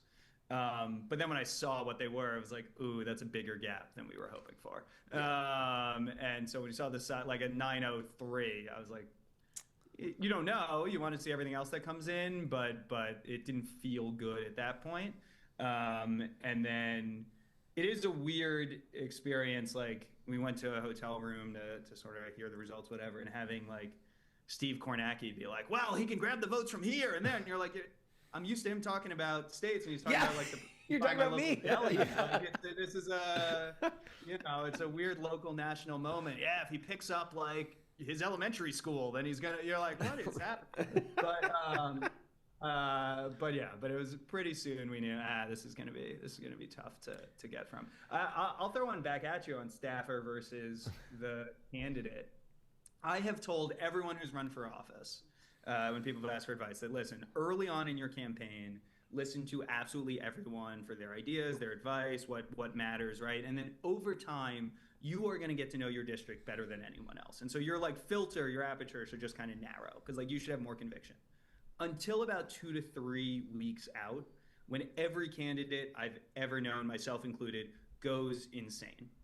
Just the pressures of the end, and you have to realize when that happens and then fully throw your trust back into your team to carry you through. And thankfully, I think I had some amount of self-awareness and knew when to tell hey team, this is a crazy idea. Just hear me say it and then go around and do something else. I don't know if you've had that experience. I'm not asking you to call any of your former bosses insane, but I do think that temporary insanity around election day, I was well prepped for what was coming by a fantastic team. You know, you saying that makes so much click into place, I think. Rob's like, I've dodged a lot of Wait a minute. flying items and bad ideas. No, I do think it's true. I think I associate a lot with what you just said before of like the last 3 weeks of the campaign are like they are special, like things, the events are bigger, the lights are brighter, like all these kinds of things. And you do bigger stuff, you do crazier gambits. And I do think the restlessness of those last few weeks, like we're all getting pulled in a million directions. And I think you do feel that on the staffer side too. But then you're like, oh, I see why perhaps there are more irrational ideas coming at you in the last little bit. I feel like it's like having a kid. It's like when you decide to do it, you're like, this is crazy. What if we had a kid? And then you're like, there's kind of like a weird, like everything's calm for a little bit. And then like a week before the baby comes, you're like, we don't know how to fucking do this. Yeah. Like, what should we do? Should we build more cribs? No, we have enough cribs. Having myself become a father 2 weeks before Jerry announces retirement, I have not heard that comparison, but wow, that is a good one. Yeah. How did that go over? Like you have a newborn and you're like, I think I'm gonna run for Congress. Is that chill? Yeah, chill is not necessarily the first word to any of this experience. Either of these experiences separate, let alone combining them. Right. No, it was right when Jerry announced his retirement, like we got the New York Times alert or whatever, and I was like looking at my phone, and my wife's looking at her phone, we looked at each other, and I was like, I think I just need to walk around the block. And she was like, yeah, that feels right. You know, you just gotta like get the energy out. And I didn't immediately hop in. You know, it really was a decision we wrestled with for weeks, and because I really enjoy my work in the state assembly. I really think states are leading the way in a lot of their legislation, and I knew I was giving that up, and I knew this wasn't a sure thing at all. And so it wasn't an obvious, yeah, I'm definitely doing it. But we didn't make the decision hastily. I'll say that. Yeah. I have kind of like a two-part question about like you jump in and, you know, Rob kind of talked about it a little bit, but you're running against Jack Schlossberg, who's a Kennedy with a huge profile, Michael Asher, who was sort of the handpicked successor by Jerry Nadler, George Conway, who's raising millions of dollars. Like, one, like, were you like, I totally have a shot in this thing? And two, like, did you have any sense that like this was going to become like a national referendum on, and we can get a little bit into like the RAISE Act, but like the work that you have done in the state assembly, which, you know, we are fans of, you know, starting to put some guardrails on AI, but like, did you have any sense that like having been the author of the RAISE Act, one of the first, you know, laws to constrain AI, a little bit like that you were going to become like the guy that OpenAI's PAC leading the super goes nuclear on? I did not think it would be national. I Yeah. knew leading the future was going to come after me because of course they would, right? Like they formed over the summer for the explicit purpose of like punishing people that tried to regulate AI, and I had just passed the strongest AI safety law in the country. Like it would be a real twist if they did not come after me. I did not realize how much they were going to spend and how much they were going to be like, I mean, this was, I declared for Congress on October 22nd. 3 weeks later, November 16th, I remember because it's my wedding anniversary, I get the call that, like I'm about to take my wife out to dinner, and I get the call that like, hey, Leading the Future is coming out with a big press release that they are naming you their #1 enemy in the country and going to spend millions of dollars to defeat you. I was like, cool.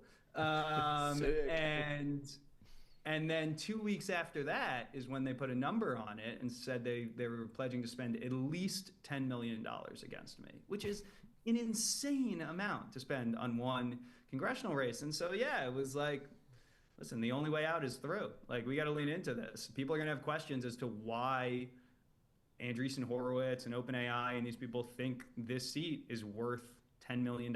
Like, let's tell them. What? Well, it's the whole thing is so grotesque. Yes. What? But like in the end, right? What did their money?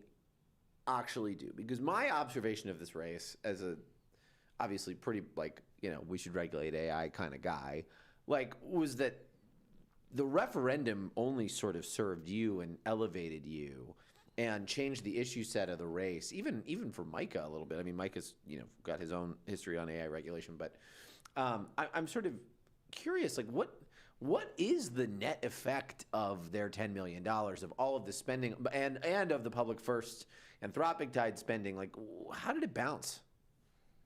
Yeah, I think somewhat that remains to be seen and will be written by the future races and what happens there. But we're a month out, and it feels like it was a real Pyrrhic victory for them, that they have been chastened. I mean, they raised $0 in Q2, right? $0 in the end of the race, and then even after the race. Whereas the pro AI safety groups, I think, raised $20-30 million after the primary. So like, donors were excited about what the safety groups did, and the donors to letting us all, letting AI rip no matter how many people it hurts. Like, those donors don't think they were getting a good dollar result. And I also think the changing story from Leading the Future shows that they don't really know how to process it. I mean, initially they were putting out messages around like, well, we might actually wind down a lot of our spending. Like, that's why we're not raising. Alex was just like uniquely dangerous to us, which, like, first of all,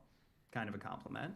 But second of all, not true, right? They wanted to intimidate absolutely everyone. And they were the ones who chose to make an example out of me with the hope that it sends a message to everyone else. And then the message that got sent was actually, no, it seems like standing with the people and making this a more salient issue is beneficial. So then they started being like, well, we're going to walk this back, et cetera. And then, of course, that message everyone sees through. So they do the exact opposite in the Politico story last week and say like, no, more candidates than ever are talking to us. We're going as big as possible. And it's like, yeah, I think you just are licking your wounds and trying to figure out how to spin it. I want to ask you about that Politico story, actually.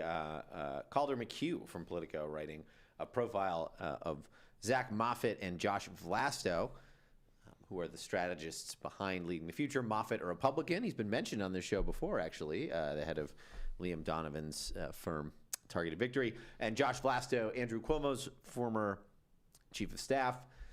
The headline of the story, Big Tech's money men don't care about the backlash. I want to ask you to react to a couple of things that were funny in the piece to me. First being to hear Moffett and Vlasto tell it they're the little guy. If they're a political Death Star, they say they're up not against a merry band of resistance fighters, but an even more hulking ship. Quote, we get pointed to in a certain way that it's David and Goliath. I would argue that we're David in this situation. What do you make of that and that assertion? I mean, they've lost touch with reality, or more likely, they're lying and they know it. I mean, this is like the second largest super PAC that's ever been in existence. I think only beaten by Fairshake, and they continue to say they're going to raise more money and spend it to intimidate people. I mean, there's never been a more Goliath than they are, but they're super unpopular. Right? It shouldn't matter the size more than it should be like, are you putting things forward that actually benefit the American people?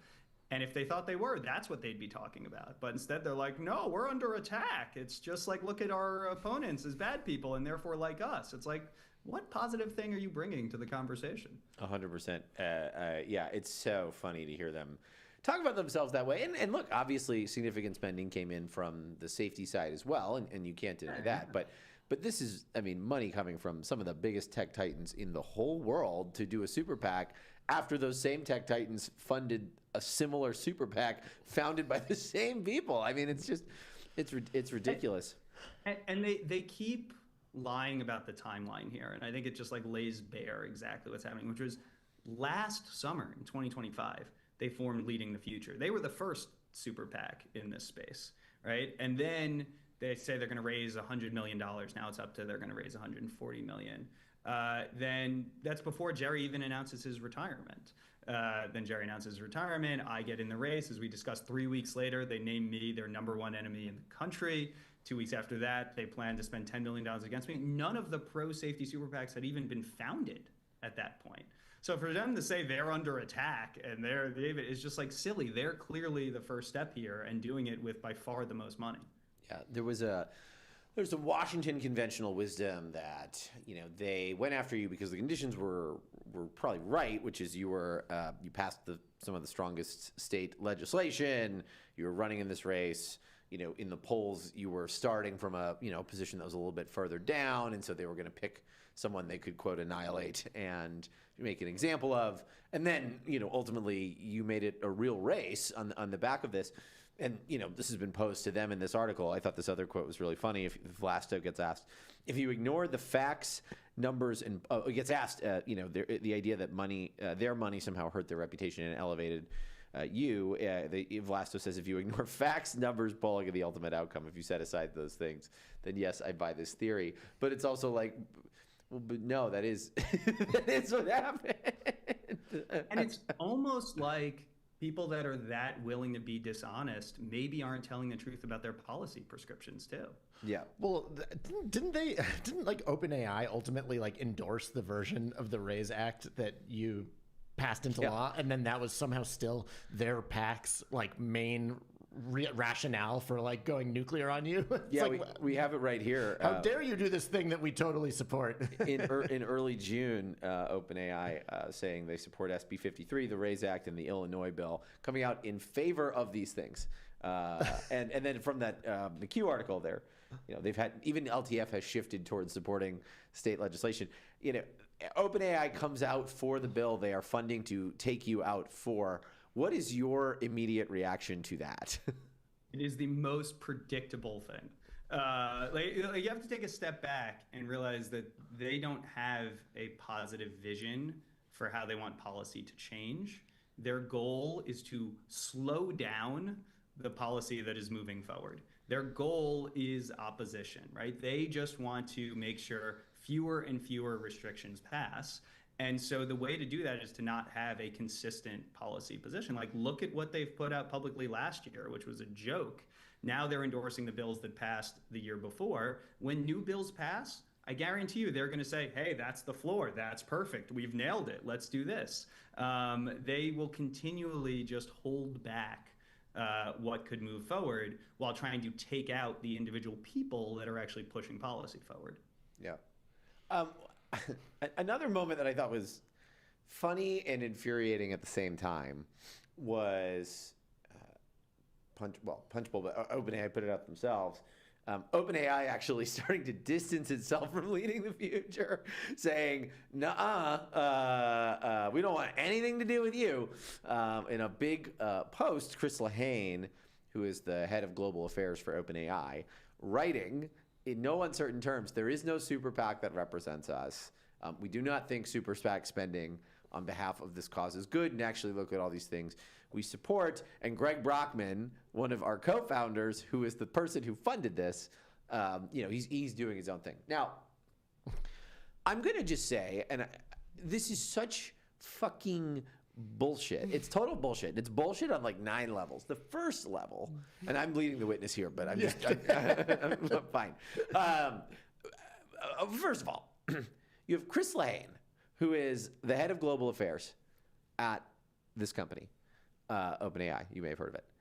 He hired, then the super PAC, modeled after Fairshake, which he was the strategist behind, starts with the same vendors as Fairshake, with the same strategy, funded by another guy at the company, and then Lahane says, I had nothing to do with it. We have nothing to do with this. I'm not involved. I'm not engaged or whatever. It's total fucking, it's a crock. This is what they are trying to do. They are trying to have it both ways. They're trying to say, on one hand, we're good actors. We're doing what we want. We'll work with Democrats. We'll work with Republicans. And then they are trying to take out an agenda that would do anything about it. I think it's total bullshit. So to come back to you, tell me how right I am. But when you saw OpenAI sort of distance itself from LTF in that context, How did you react to that? What was your thought in real time? And then do you buy that they are two separate things? What is your take on all of this, having been on the other side of them? OpenAI's Gov Affairs team and Leading the Future are the same thing. And if you ask the Congress members, like I just ran for Congress, I spent a lot of time talking to members of Congress, like, yes, they view Leading the Future as OpenAI's super PAC and Andreessen Horowitz as super PAC, not just OpenAI, but they view it as a connection. There is a difference, though, between like OpenAI executives and OpenAI employees. I mean, just this week, we saw a bunch of employees sign that letter, and then eventually OpenAI, the company, did as well. But listen, there are really dedicated people at all of the labs focused on safety, and I agree with them on some things. I disagree on other things. But no, the executives know what's going on. The executives hired Chris Lehane because he knows how the game is played. Chris Lehane sets up this super PAC in the exact same way they set up Fair Shake, that he himself set it up, and they view that as beneficial to reduce the restrictions or make sure they're the ones that actually have the say in what goes forward. Everyone in DC knows this is true, and it's this weird Potemkin theater of they are saying it's not. But because how do you think people then react to the public first and the Anthropic funding? How should people view that given this? Is it, it's the same thing, it's just counter? Are they how do you think about that? I think there's two ways. One is it is clearly reactive, right? I think whatever you think of crypto, there wasn't the other side of Fair Shake, and I think that changed a lot of debates, and this is trying to sort of equalize that out. But also, I would stand by there's a big difference between the employees and the companies everywhere, right? I don't think it's right to view this as two companies versus each other. It's right to view this as one side that doesn't want there to be any restrictions on AI whatsoever, or just the current restrictions and no more, right? As each bill passes, they embrace it, but they're never actually pushing for things that would restrict them. And then another side that thinks the American people should have a say in the development of AI, and that democracy should still apply in this space, and we should get to write the rules. And there's companies on both sides of that divide. There's employees on both sides of that divide. There's Americans on both sides of that divide, but not in equal number. 80% of Americans think there should be some restrictions on AI. There should be some regulation on AI.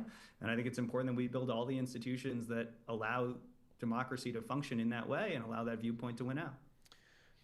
I want to play a quick video of your opponent, who ultimately won in his victory speech, where he rails against the companies directly.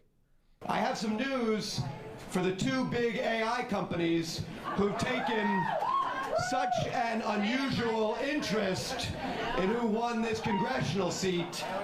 I won't be taking my cues from either of you when it comes to protecting our kids, our jobs, and our environment. So the ultimate winner of the election says fuck you to the two companies who are spending here. What do you make of that, and of Micah as Congressman elect? Well, no, I guess not. He's the one primary, Michael Asher, and where he is, but also of what the incentives were in this race. Given that, to me, I'm watching from the outside, and I'm like, wait a minute, they spent all that money. And they got a guy who is just as tough on the AI company. What? How do you think about that? Well, I think after a 18-hour election day, we shouldn't be too specific on how we parse specific words. I think the companies, right? We shouldn't be taking cues from any company. No one is saying that. We are saying that there's a real divide in the election, and there's people that want the American people have a say in AI and to regulate it, and that there's really urgent action that needs to be taken there. And he said a lot of the right things during the campaign. He talked about embracing Bernie Sanders' moratorium, also Bernie Sanders' 50% grabbing of the AI companies. He also talked about Elizabeth Warren's plan of taxing them. I mean, he was really really pushing on being an AI populist in that way. And then a month after the election, his benefactor, Mike Bloomberg, who spent more on this race than on any race Mike Bloomberg has spent on other than ones he ran in himself. Like, this is Mike Bloomberg's #1 spend. Bloomberg published an article that the federal government should never take a stake in the AI labs for anything. And Bloomberg, the company, actually lobbied aggressively against the RAISE Act. And so, listen, I agree. We shouldn't take our cues from any billionaire, from any AI company, from any company whatsoever. We should be listening to the people. And, you know, I'll do everything I can to help him if he's committed to doing that in office. But we gotta leave all the benefactors out of it. Yeah, 100%. Do you think Lasher? Do you think he's being disingenuous, or that, you know, his record will indicate something else as we go forward? Oh, no. He's been a friend and an ally in the assembly. I'm not saying anything like that. I'm just saying, you know, Bloomberg spent more money here than he's ever done on any race that didn't have Bloomberg as part of it. And obviously Micah worked for him and they have that relationship. But like, Bloomberg said some pretty aggressive things about what it would mean if Zoran won the mayorship, and spent less to prevent that outcome than he spent for Micah. So if he's now on a big don't regulate AI kick, that worries me. Yeah.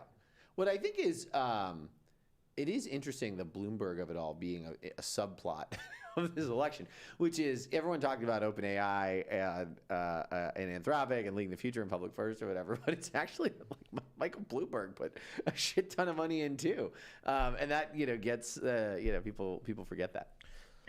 And you know what, OpenAI, Anthropic, and Bloomberg the company all have in common? They all lobbied against the RAISE Act. There you go. You know, some of the coverage of this race of the like, oh, is it pro or anti-race? It's like, well, actually, you know, I think I was going further than anyone wanted to go. And the fact that some have now come around to that view and been more aggressive is great. But like, hold people to the opinions that they expressed on AI regulation broadly, and see if people are going to be able to resist that pressure. It is interesting to me, you know, Rob was kind of getting at this with, you know, Michael Lasher embracing AI populism over the course of the campaign.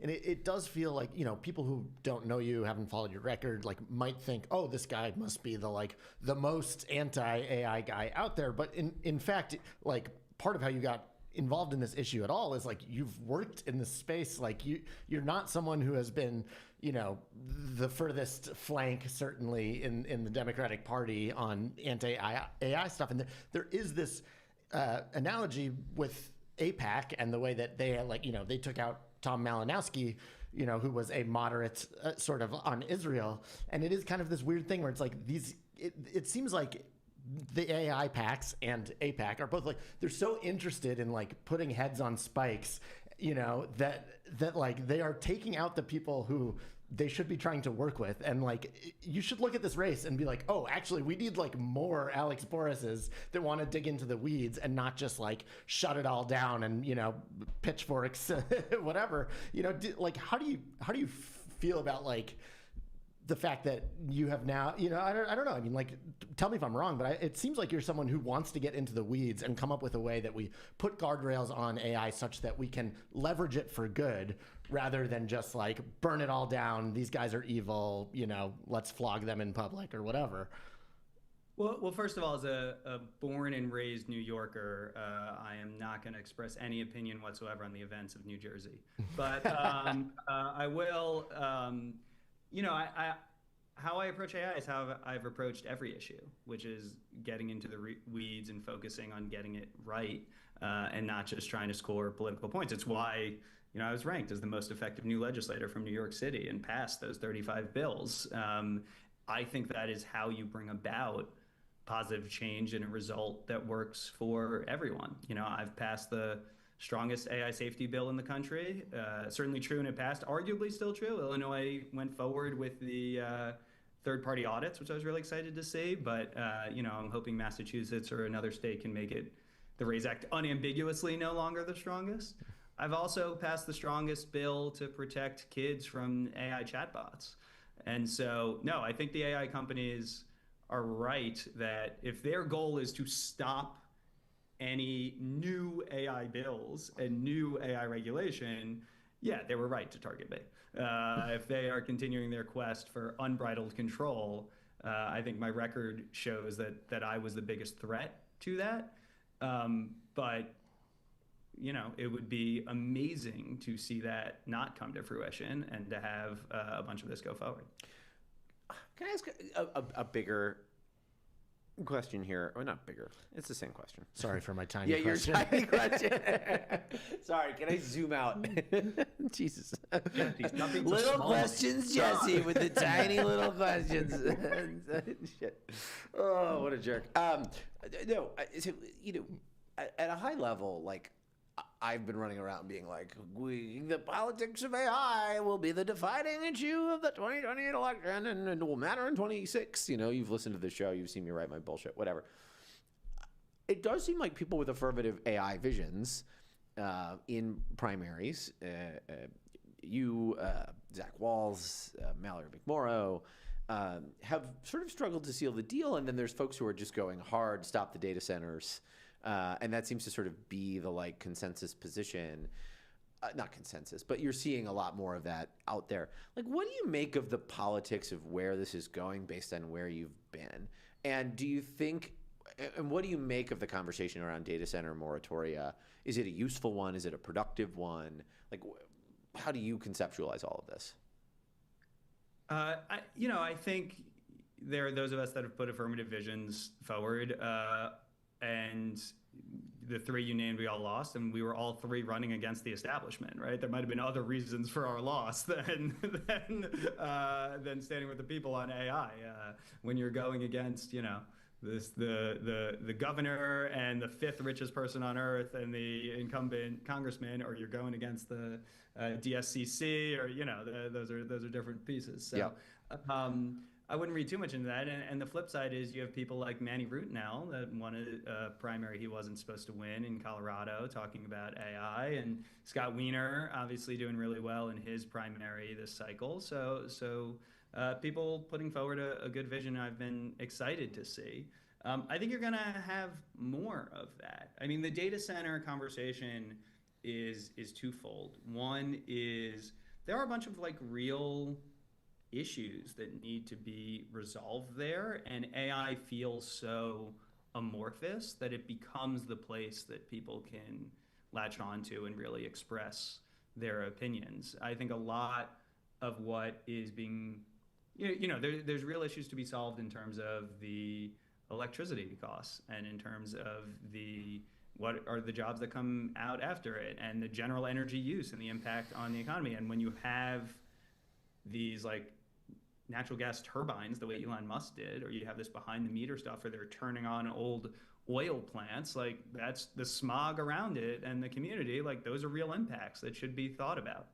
Yeah. And also, I think there's a lot of fear around what AI means for people's kids and for their jobs and for politics and democracy and just having truth, and a whole variety of other issues that people don't feel like they have solid solutions for, and that turns into data center activism, which can be potentially a productive route. I think it's just on all of us to make that so. When Bernie and AOC put out their data center moratorium, it was a moratorium until the regulations that address all of these other things are actually passed and put forward. If it's directed in that way, I think that's great. You're rising up or raising up how impactful this issue is, and trying to pass labor protections and trying to pass protections on kids. That's phenomenal. Like any issue, people come to it for different reasons, and I'm not going to necessarily agree with all of them, but if it is the place, I think generally we have way too much red tape in politics broadly. I think generally permitting and building is too hard. If the weird upside of that is it lets us now have a conversation on AI, I just hope we fix both issues. We actually pass the things on AI and we reform permitting broadly. Yeah, on that point, I'm curious, you were talking about that amazing feeling of just being on the ground the last couple of weeks and talking to voters. when you were talking to people in your district, like how much did the AI issue become like the driving force in the race versus, I mean, I would say that New York 12 is not as economically distressed as some other districts in the country, but was AI like a dominant issue in the race, or was that sort of how it projected nationally? But when you talk to voters on the ground, they were talking about cost of living or housing or whatever else. I think both things are true. I always said throughout the campaign that my top 3 issues in order were cost of living crisis, ending corruption in government, and regulating tech and AI. And that was third.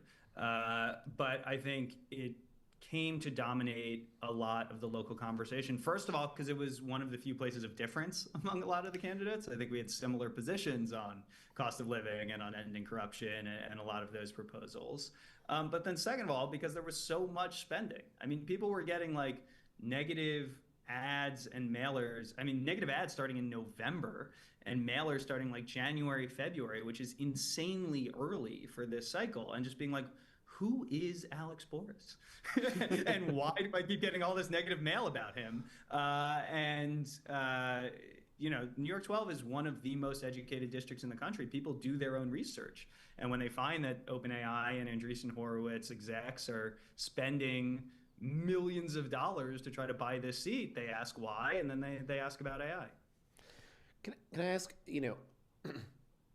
what Democrats, in my observation in D.C., seem to be completely wrapped around their own axle around what to do about AI. And you're seeing a little bit of movement, more generally, but, you had Clyburn yesterday saying, or 2 days ago, saying he just found out what ChatGPT was a week ago. You have, a sort of smattering of attempts at legislation, this, Olbernolte, Trahan bill. Like, there's some things that are moving, but it just doesn't feel like Democrats have their head around this in a real way. What do you think the pathway is for Democrats on this issue? And what do you think, like, the politics of this are going to be over the next couple of years, having just been in it? What a great question. I'll answer this by saying, like, one of the questions a lot of people have asked me is what was the difference running for Congress versus running for state assembly? And there's many, many differences, but perhaps the most stark is that when I was running for Congress, people knew the answer they were expecting. Like, the question was matching to their own personal answer key. Like, what is your position on Medicare for all? What is your position on the Green New Deal? Would you vote for policy A, B, and C? Versus when I ran for state assembly, like, very few people know what the state legislature does. And so the question just had a little more curiosity to them. Like, what should we do about education? What should we do about public safety? And that was true regardless of the issue, except for AI. Running for Congress, the AI questions felt like the state legislative questions. There was real curiosity. There was this feels scary to me. I'm so glad you know about it. Like, what should we do? And it was in having a lot of those conversations, which is why I wrote such an extensive AI policy platform, because it really was just like greenfield. And there weren't things that were out there, but exactly what questions people are asking, that will be hardened in the next 2 years. By 2028, I expect AI to be like other questions, other issues, and that people are asking about specific topics.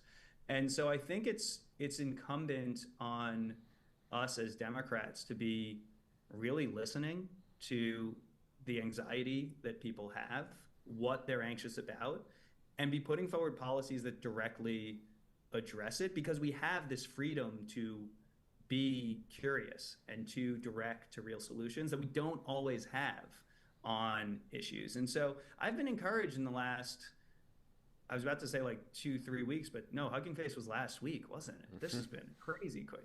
I've been encouraged in the last 2 hours as we've seen a lot from Congress. All of a sudden, I mean, Ted Lieu's bill, Greg Kazar has come out with some cool stuff. There's really been forward movement. And AI is one of the issues that the American people currently trust neither party on. Like, when you go through all these surveys, you find that, like, Democrats are trusted more on healthcare and Republicans are trusted more on immigration. And AI, the American people trust neither party. We would be just committing absolute political negligence to not really sees this issue, be talking about it directly, be talking about the cost of it, and just putting forward a positive policy vision. I'm curious, have you been reached out to by, Democrats in Congress, people thinking about running for president in 2028, et cetera? Like, clearly they need help and you actually get this stuff. And I'm just curious, like, are we at least at that point where people are reaching out to you being like, help me get smart on this, talk to me about your token tax? Like, yeah, is that happening? Very much so. I think name names. Name names. We demand it. Announce Pete Buttigieg's presidential campaign on this show. You stop getting the calls. That's, but no, I think I've talked to 3 of the running in 28 people and a number of Congress members. And listen, it's not like I'm picking a horse. I just want the Democratic Party to seize this issue and be putting forward smart policy. And so, happy to chat with anyone and everyone where I can be helpful there. You're proving that you'll literally go anywhere. If you'll come here, you'll do anything. No, listen, does any show name more grasp exactly what I'm saying at this moment than nobody knows anything? That's you have the zeitgeist. Once we got the title, we just need the audience. There are literally dozens, hundreds, thousands. Anyway, before you go, I guess if you were, now let's take the flip of it. One of those candidates calls you and they were to say, I'm scared shitless about this Leading the Future money and I'm scared or whatever, like, what advice would you give them about engaging given what they are lined up to be able to do? Engaging with Leading the Future? Like from an issue perspective, like what would you say you should do if Leading the Future is threatening to spend a lot of money on you? Wear it like a badge of honor. I'm not saying you have to go out and be, with pitchforks. Everyone does it their own way. But I think it is a real sign to the American people that you are standing with them if you are standing against the people who are trying to stop there from being any regulation. And I think that was proven in my race. I got a lot of support from it, and B, the way my opponents tried to attack me was not sort of saying that they were being like, no, I'm more anti-AI. No, I'm more willing to stand up to whatever, right? Like, so it was clear that the way to stand with the American people is to stand on the side of wanting real regulations. But, I thought this is what you're asking. Talk to everyone. Like when Leading the Future announced I was their, oligarchy enemy number 1, I through warm interest reached out to the 4 major funders. And I was like, listen, happy to chat. I don't think we're going to come to an agreement, but I've never seen an issue that was made worse by talking. And shockingly, very little response to that. No one hit you back? One of them hit me back. Again, I won't name names. Wow. But I did laugh at, you mentioned the 4 major funders, and Rob was talking about all the disingenuous bullshit from Leading the Future. The ad where Joe Lonsdale is one of the founders of Palantir and like one of the primary funders of this thing, and they fucking ran an attack ad against you for like having done a brief stint at Palantir a decade ago, and they're like, he even worked at Palantir. I was like, you founded Palantir. Fucking crazy. Oh, Lord. It's incredible how not everything in politics is like straightforward and honest. Who would have thought? Who would have thought? My last question for me is, so you talked about the distinction between running for the state house and versus running for, Congress.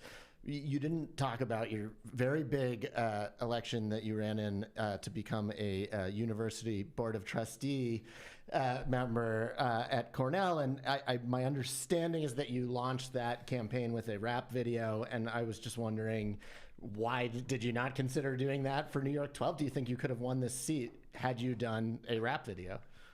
Remember how I said earlier that in the last 3 weeks, every candidate goes insane? Yeah, that's what happened. You just didn't have a big enough. You didn't have a team. You didn't have a team at the time to be like, bro, we don't need to do this rap video. The student trustee race was only 3 weeks long, so it was just only insane the whole There's time. tight regulations. I did love the caption. It's so good. It's laying so down a track with some sorority girls at College Town, CTB, which whatever. They seem more interested in the latest BBM. The latest BBM. God damn, we're old. We're old. But I gotta say, College Town bagels. You know, I went to the less great school in Ithaca, but if you're gonna do a rap video, that is the place. That's the place to do it. You know. I need to clarify a couple things. One is that image. There's actually some of the founders of Betches. You know that. Oh, wow! Incredible. So you know, I was surrounded by greatness at that moment. But also, I should clarify that I did not rap in the video. I got legitimate music artists on campus who were really talented. No, I was like, damn. And I just provided really horrific dance moves to accompany it. That was my contribution to it. It said that the video had been made private by the owner of the. I did try to find the YouTube video. Who knows who the owner is? You know, we're all looking for the person that has control of that video. My gosh. Exactly. Yeah. What were your favorite bars in College Town? Did we meet at one, Rob? I believe we did. I think we may have met at the Royal Palm. There you go. The first of the many to shut down. I know. Makes you rest. Yeah. I mean, Rulof's was always the go-to. You know, you could actually get some food there. It's close to campus. It was good. What was the one with group therapy, or the one? Was that Dunbar's? Dunbar's, yeah. Yeah. This is the thing. When you were an Ithaca kid, you would go over there and be like, I go to Cornell for her. You know, we had Moonies. So, anyway, on that note, thank you for coming on Nobody Knows Anything, Alex, and we will hopefully hear from you again soon. Yeah, thanks so much, man. This was awesome. Thanks for what you're doing in helping people know something, both in talking about this issue and, you know, I listened to a few episodes. You do deep research on all the guests, you know? I didn't know what was coming, but I'm not surprised the student trustee rap video was your... It's the unpreppable question, baby, up in the old attic of Jesse Larrick's brain. Had to pull something. You're going to get, like, the reputation of hot ones for your deep research. From your lips to our listeners' ears. Special guest.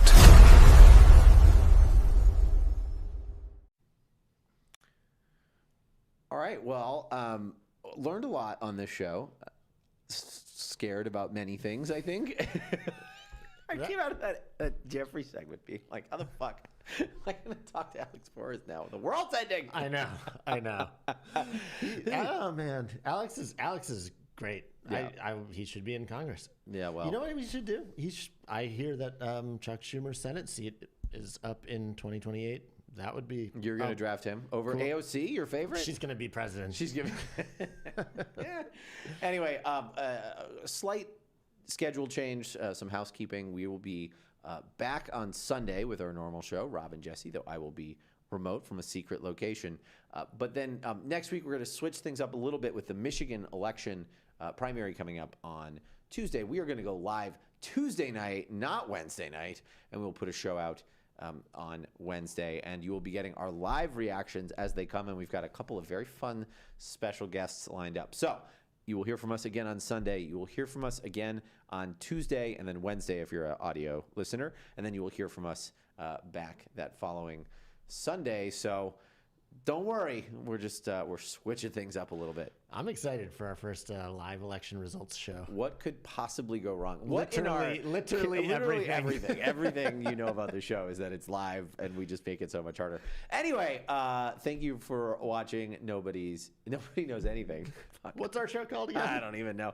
I'm Rob Flaherty. I'm Jesse Larrick. And we will see you Sunday. Nobody knows anything.